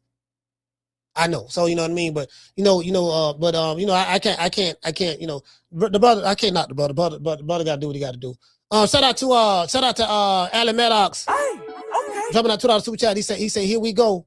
Brock, Big, Granite, Jarvis. Okay. Shout out to doggone damn it, Coach Ron. Hey, okay. Dropping that quarter over. Bam, dub on your boy. Hey, Leroy. Super chat received. Playtime's over, boy. He said, "Come on now, Coach. He won all of his back end promotion fights." Yeah, see, man, look here, man. Like, bro, like you got it, fam. I have to stress this to y'all in closing. Keith Thurman has been boxing for 19 years as a pro. As a matter of fact, come on, let's do this. Nah, I ain't gonna do it. I ain't gonna do it. Anyway, but here go Keith. No, and he was getting really comfortable swinging wide, swinging big, swinging wide. He tried to talk himself. This nigga tried to give himself a pep talk. He tried to convince the fans. Because he's young, because he trains hard, he put that press. Because he's a volume puncher, he put that press, and the referee reacted to that. You know. Yeah, he put the press. He was gonna press your ass out. That's what I'm finna press him out. He finna press your ass. He finna keep pressure on you, keep you on that back foot. Because as long as you're on the back foot trying to get away, you can't throw no punches. And he has a long enough arm reach to touch you. And his feet was quick enough to cut the ring off and force you to fight. And he got them long steps. So, yeah, he put that press on you. The ref saw that. The ref say, man, he finna take this shit to a whole nother level. He finna smut you out. Yeah, you finna get smutted out in there with that press. You got Jurassic Park in the ring with you. You got a Tyrannosaurus Rex in the ring with you. And you still talk about that one-time shit. Nigga, it's over. So, Fundora's preparation, his fight style, it all ended up planning out for him. But as an OG, man, 4 more minutes, it would have been a lot of fun, I promise you. He said, as an OG, 4 more minutes would have been a whole lot of fun, man. All I needed, dog, was 4 more minutes. So let me get it straight. You gonna do in 4 minutes what you couldn't do, the rest of you, what you couldn't do for 6 rounds. So what you couldn't do for 6 rounds, you were gonna do it in 4. And daddy gave me 4 more minutes, dog. I swear for God, dog. Schoolo, if they would have gave me 4 more minutes, 4 more minutes. That's FOMO, 4 more. If they'd have gave me 4 more minutes, 4, I'm telling you, dog, I swear for God, what I was going to do to him. 4 minutes, and he could have made a mistake right in front of me, man. I was waiting for it. I knew it was going to be one of these kind of tough fights against. Check this out.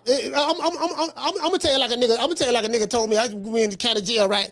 Dude, nigga in the county jail always talking about what he should have did, could have did, and he almost got away. You like a nigga in jail. You know, if I would have ran, I could have got away. Now I'm in jail talking about what I should have done. True. Yeah. If I would have ran, I could have got away. Now I'm in jail talking about what I should have done. Come on, fam. Nigga, please. You get what I'm saying?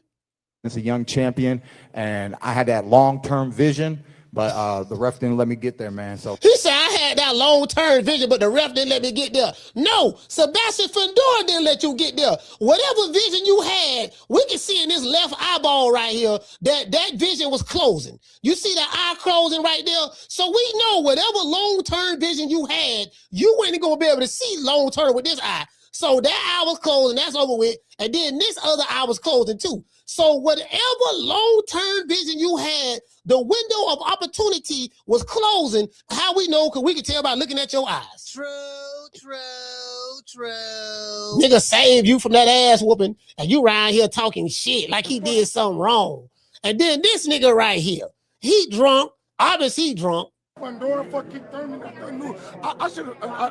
I ain't worried about none of them. Fuck Earl Spence, fuck Xander, and fuck Boots. Fuck all y'all 154. Hey, you're out. Ortiz. You see the ref right here, the other one, who that? Kenny Bayless? Kenny Bayless right there with the hat on. Please, idiot. I run Texas, dummy.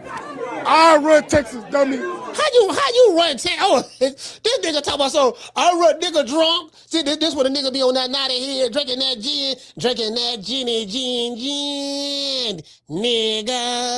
drinking that gin, talking about I run Texas, dummy. Tell me I run Texas. Yeah, for Spence, for Vergil Ortiz, for Boots. Yeah, nigga be drinking. That's how nigga be drinking. Nigga get drunk. Be in the club. He think he in the club right now. Yeah, you know what I mean? That Charlo, that line's on now. I'm tired of whoop up, man.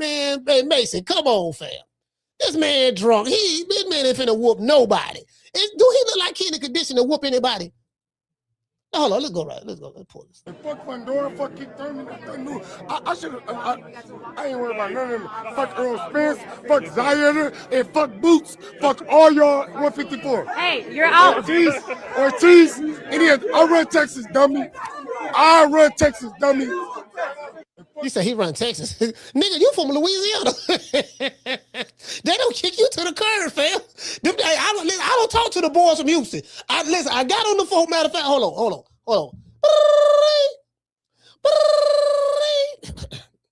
Hello? Yeah. Let me speak to my homie from Houston.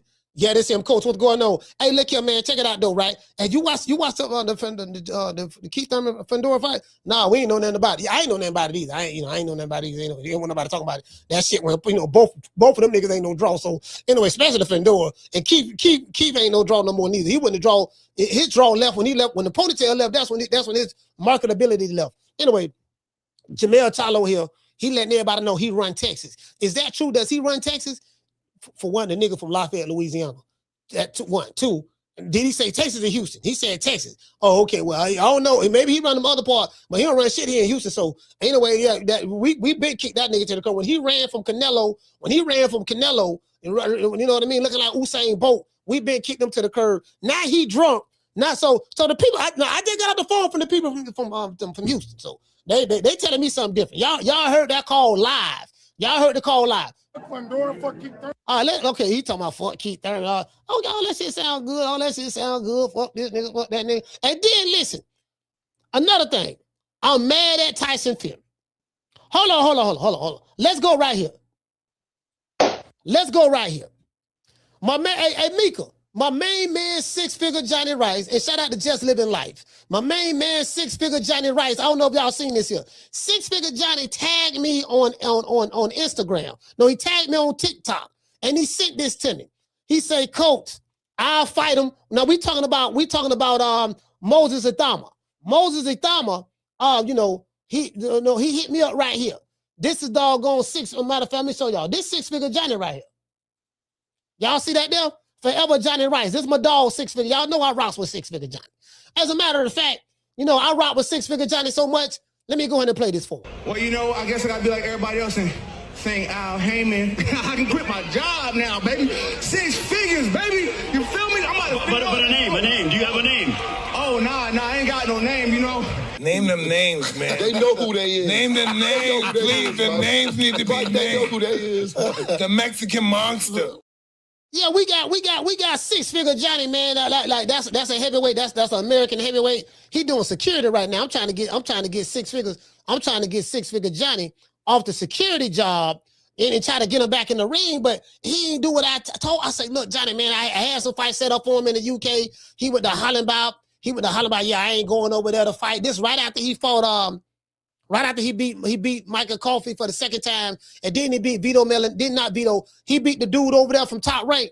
They had a heavyweight over there that was a silver medalist from Italy. He had 6-figure Johnny had no whooped him, stopped him. You see what I'm saying? So he was riding high. I say, Johnny, you got to keep the momentum going because you ain't got no fights over there with PBC no more. And then Top Rank Gate let you get that one fight there. You upset the apple cart. What you got to do, baby boy, you got to go overseas to the UK. 6-figure Johnny started balling out. He started going to Africa. He met him a beautiful young lady. He met him a wife from Ethiopia. He married a woman from Ethiopia, so he got a beautiful wife he married. I don't know if he was able to get her back to the States. I don't know how that's working out. Because if she over there, you know what I mean? He over here, that long distance relationship, you know how that shit is. You see what I'm saying? So you can pretty much forget that. I understand how that is. But what I'm saying is, so I'm trying to get Johnny Rice. I'm trying to get Johnny Rice back in the game, and You know, he older now, fam. I think that window of opportunity, it might have left, but maybe he can go on pro box. He can go on pro box because that name. So 6 Figure Johnny said he'll fight Moses Ithama. He said he'll fight him for $10,000 cash and a pack of Newport cigarettes. And he said, if my bro saw the fight, we already ready. He said, we already ready. Oh, he said he ready right now. And yo, peace to the family. It appears that Moses Ithama, you know, that boy is the real deal. He knocked out, you know, pretty much Franklin, what's his name? Jermaine Franklin, knocked him out in the 5th round. He set it up pretty good, caught him with some few body shots, kind of warmed down a little bit. Franklin looked like he was already hurt prior to the knockout. Yeah, so 6 Figure Johnny. So, you know, listen, I got some over here. Nick said, is there anybody in the chat that want to fight Johnny Wright? I'm trying to get him a fight. You know, Johnny Wright's about 6'5.5". He about 260, 270 now. I'm telling you right now. Is there anybody in the chat that want to smoke? We can throw the fight right here, Nick Sack Promotions. We can do it right here, Nick Sack Promotions. You know what I mean? Hold on, I want y'all to see this shit right here. Y'all look at this, man. Listen, another thing, I'm mad at Tyson Fury. I don't like Tyson Fury. I'm gonna tell y'all why. The heavyweight division ain't been the same since Tyson Fury came to America and he beat the King of Zamunda. To this day. He beat the King of Zamunda. We ain't been the same since. We trying to get the throne back. The UK got all the heavyweights. They got this bad boy over there named Moses Ithama. I think he's Nigerian. He over there with Frank Warren. We ain't got nothing over here. We had 6 Figure Johnny. He doing security. Michael Coffey got beat by 6 Figure Johnny. They got Richard Torres. He over there with Top Rank. I don't have no faith in him. Let's see. You know. I maybe this is curly hair. What I don't know. Come on, fam. Who he gonna beat? You know what I mean? Like Bob Arum. Y'all make sure y'all move him correctly. Now Richard Torres, you might have a great white hope over there, but I don't. You know, he might have a great white hope, but I don't think that the hope won't work with him. Because as soon as he get in there with some elite motherfuckers, he gonna get his ass tore up. True. Yeah, he gonna get his ass tore up. As soon as he get over there with a boy, Richard Torres, I'm gonna tell you something. Yeah, they ain't fooling with that Richard Torres. Now, this my dog, Deontay Wilder. Don't ever forget, when I found you, you was strung out on coke. When I found you, you was like a big house, contemplating about killing yourself. So don't you ever forget who brought you to big time boxing. I drugged you back. I brought you back. I provided food and put food on your table for your family to eat. And I'm doing it for the second time. So don't you ever forget that. Anyway, let's see what he talking about. Ooh. Smell like Doritos. Okay, so he's doing the spicy chip challenge. So apparently, Doritos got some chips that's real spicy that can't nobody. You know, I seen people do this shit challenge before. They go to crying and shit. Let's see, can the Bronze Bomber? Handle the spicy chip challenge? Don't everybody believe in Google? Go Google that shit. You know, knock this out like I do all my other opponents. No, this ain't bad, man. They should have put some more spices on here. This is all they had, man. I fight for a living, man. It done got hot in here for some reason.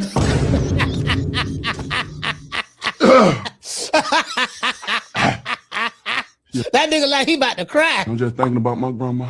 He said he's just thinking about his grandma. That's why my tears come out my eye. I'm thinking about my grandma. He said that's why the tears coming out his eye. He thinking about his grandma. She was a good woman. She taught me everything I know. Ooh, I can feel the burn rolls. Why does it make you reminisce about the good old days? But this old country ass nigga here, he said, oh, just a good old boys. Dukes of Hazzards, never meaning no harm.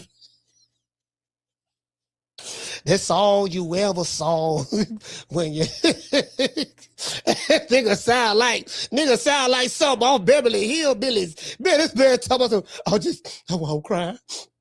I just think about my grandma. Yeah, man, my grandma, man, you know, man, tell me. Oh, Lord have mercy. Who's getting kind of hot up in here, dog? Getting hot up in here, dog.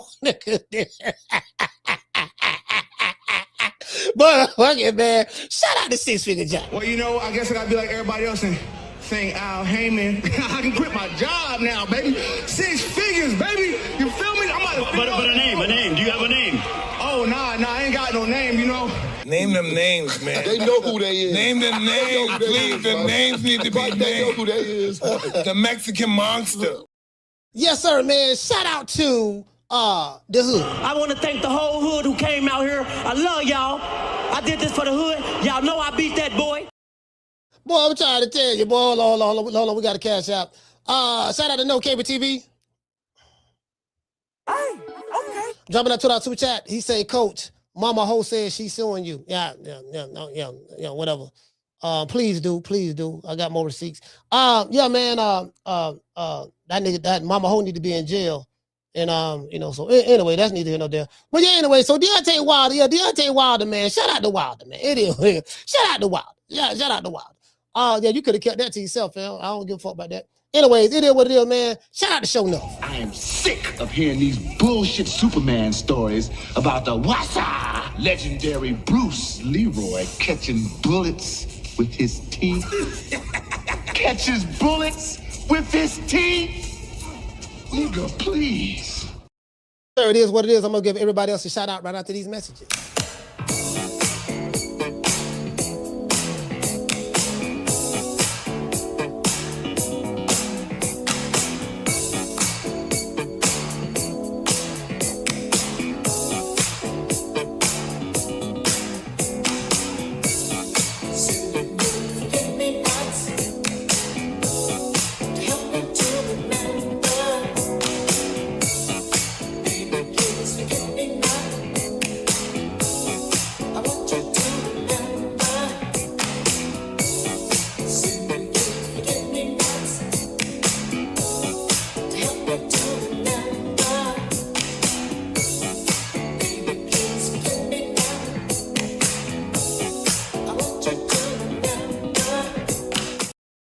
Hey, man, shout out to Wookie Woo. Hey, okay. Wookie Woo. You get what I'm saying? Shout out to Wookie Woo. Who else we got? Shout out to doggone, matter of fact, let me take this back to 300 so I can see.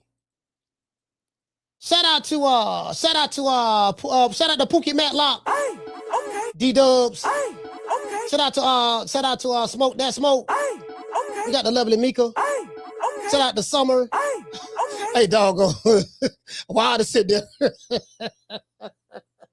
Hey, hold on. Don't Wilder supposed to fight Derek Chisora this weekend. Yeah, it's over. We going live for that fight. We going live. We going live for that fight. Hey, shout out to Hollow Davis. Hey, okay. Hey, we going live for that fight. Shout out to AB, Arnold Brown. Hey, okay. Yeah, man. Shout out to Jamie from New York. Hey, okay. Yarmus from Brooklyn. Hey, okay. Roach from Houston. Hey, okay. Let's see. We got Chris from Decatur. Hey, okay. Brian Nomasini from the ATL. Hey, okay. Shout out to the lovely Aquila. Hey, okay. Schoolo. Hey, okay. Shout out to Dr. Mario. Hey, okay. Let's see, we got Mr. Curtis Robinson in his BI. Hey, okay. JC. Hey, okay. We got Wookie Woo. Hey, okay. Who say come in here fucking up the vibes. Yeah, they don't read the room. Anyway, Anyway, shout out to Curtis Robinson. Hey, okay. Shout out to Chris Legg. Hey, okay. The lovely Brandy. Hey, okay. See, this 100 dip right here too, Brandy. You see what I'm saying? Shout out to we got Aquila. Shout out to Daniel. Hey, okay. Chris Legg and his bitch. Hey, okay. The lovely Tila. Hey, okay. This is a pretty woman right here. Check, that. I saw it. I was on the float. I was a part of the parade, right? And she spotted me, and she was in the crowd. It was hot than a motherfucker out there. Hey, but it was hot than a mug, bro. Hey, okay. Shout out to Miss Felicia. Shout out to Felicia Williams too. Shout out to Felicia Williams. Hey, okay. See, I like the sister. See, you know what I mean? I ain't never had a woman threaten me yet. I ain't never had a woman send me no gut emoji. I ain't never have a woman send me no demon face emojis. I ain't never have a woman say, yeah, nigga, drop the addy. I'm gonna pull up and I'm gonna do A, B, C, and D. Only these crazy niggas on YouTube. True. Shout out to Green Eyes P. Hey, okay. Shout out to Clinton. Hey, okay. The lovely Miss Steph. Hey, okay. Shout out to doggone who else we got in this bitch, man? We got shout out to Just Living Life. Hey, okay. Mr. Bory. Hey, Oh, he just sitting there, demon face emoji. Okay, I ain't seen one of them in a long time. I listen. I say, listen, dog, y'all, you got to do a whole lot better than that to scare me. Nigga sit. Hey, look here. Shout out to Mr. Sebastian. True. Okay. Nigga sent me a gun emoji and a demon face emoji. I say, fam, I don't been through too much shit in life. You listen. It's gonna take a whole lot more of that to scare me. If you think you gonna send me a gun, yeah, nigga, I sent you a demon face emoji, nigga, and I responded to you in all claps. In all caps with the gun emoji. I'm like, ooh, I'm scared. All right, wait a minute. Okay, all right. Okay, take a deep breath, coach. Take a deep breath now. All right, okay, I don't want to check my messages because I'm scared. I'm going to see a gun emoji. Oh, my Lord. These niggas, they threatening me again. I don't want to. You get what I'm saying? Like, these niggas think I'm over here shaking like booty meat. True. Man, y'all don't go out here with that lame ass shit. I'm a Tampa nigga.